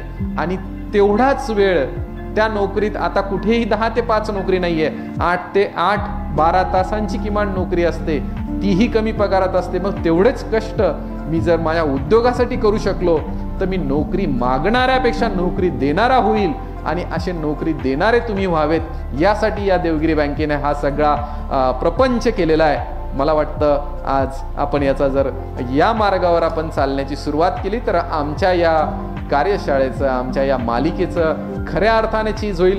आपण पुन्हा एकदा प्रसाद कोकिळे सरांचे टाळ्या वाजून आभार मानूयात आणि इथे थांबूयात. धन्यवाद. देवगिरी बँकेचे आपण स्पेशली आभार मानूयात, कारण अशी संधी आपल्यामुळे सगळ्यांना आमचा संवाद झाला. देवगिरी बँकेसाठी एकदा जोरदार टाळ्या वाजवूया. देवगिरी बँक आपल्या सेवेसाठी सदैव हजर आहे. आमच्या वेबसाईटला भेट द्या. त्या वेबसाईटवर लवकरच नवीन पोर्टल आम्ही सुरू करतोय. वेगवेगळ्या शासनाच्या योजना आणि अशा मंडळींचं मार्गदर्शन मिळण्यासाठीचं पोर्टल इथे राहील. देवगिरी बँक आपण जर सर्च केलं तर आपल्याला Devgiri bank Facebook, Devgiri bank YouTube channel आणि देवगिरी बँकेची वेबसाईट याच्यावर आमचं प्रशासन आपल्याला कायम मदतीला हजर असेल. पुन्हा एकदा देवगिरी बँकेच्या वतीने सर्व दर्शकांचे मी आभार मानतो आणि लवकरच भेटूयात नव्या या आपल्या पुढच्या उद्योजकांसोबत. धन्यवाद.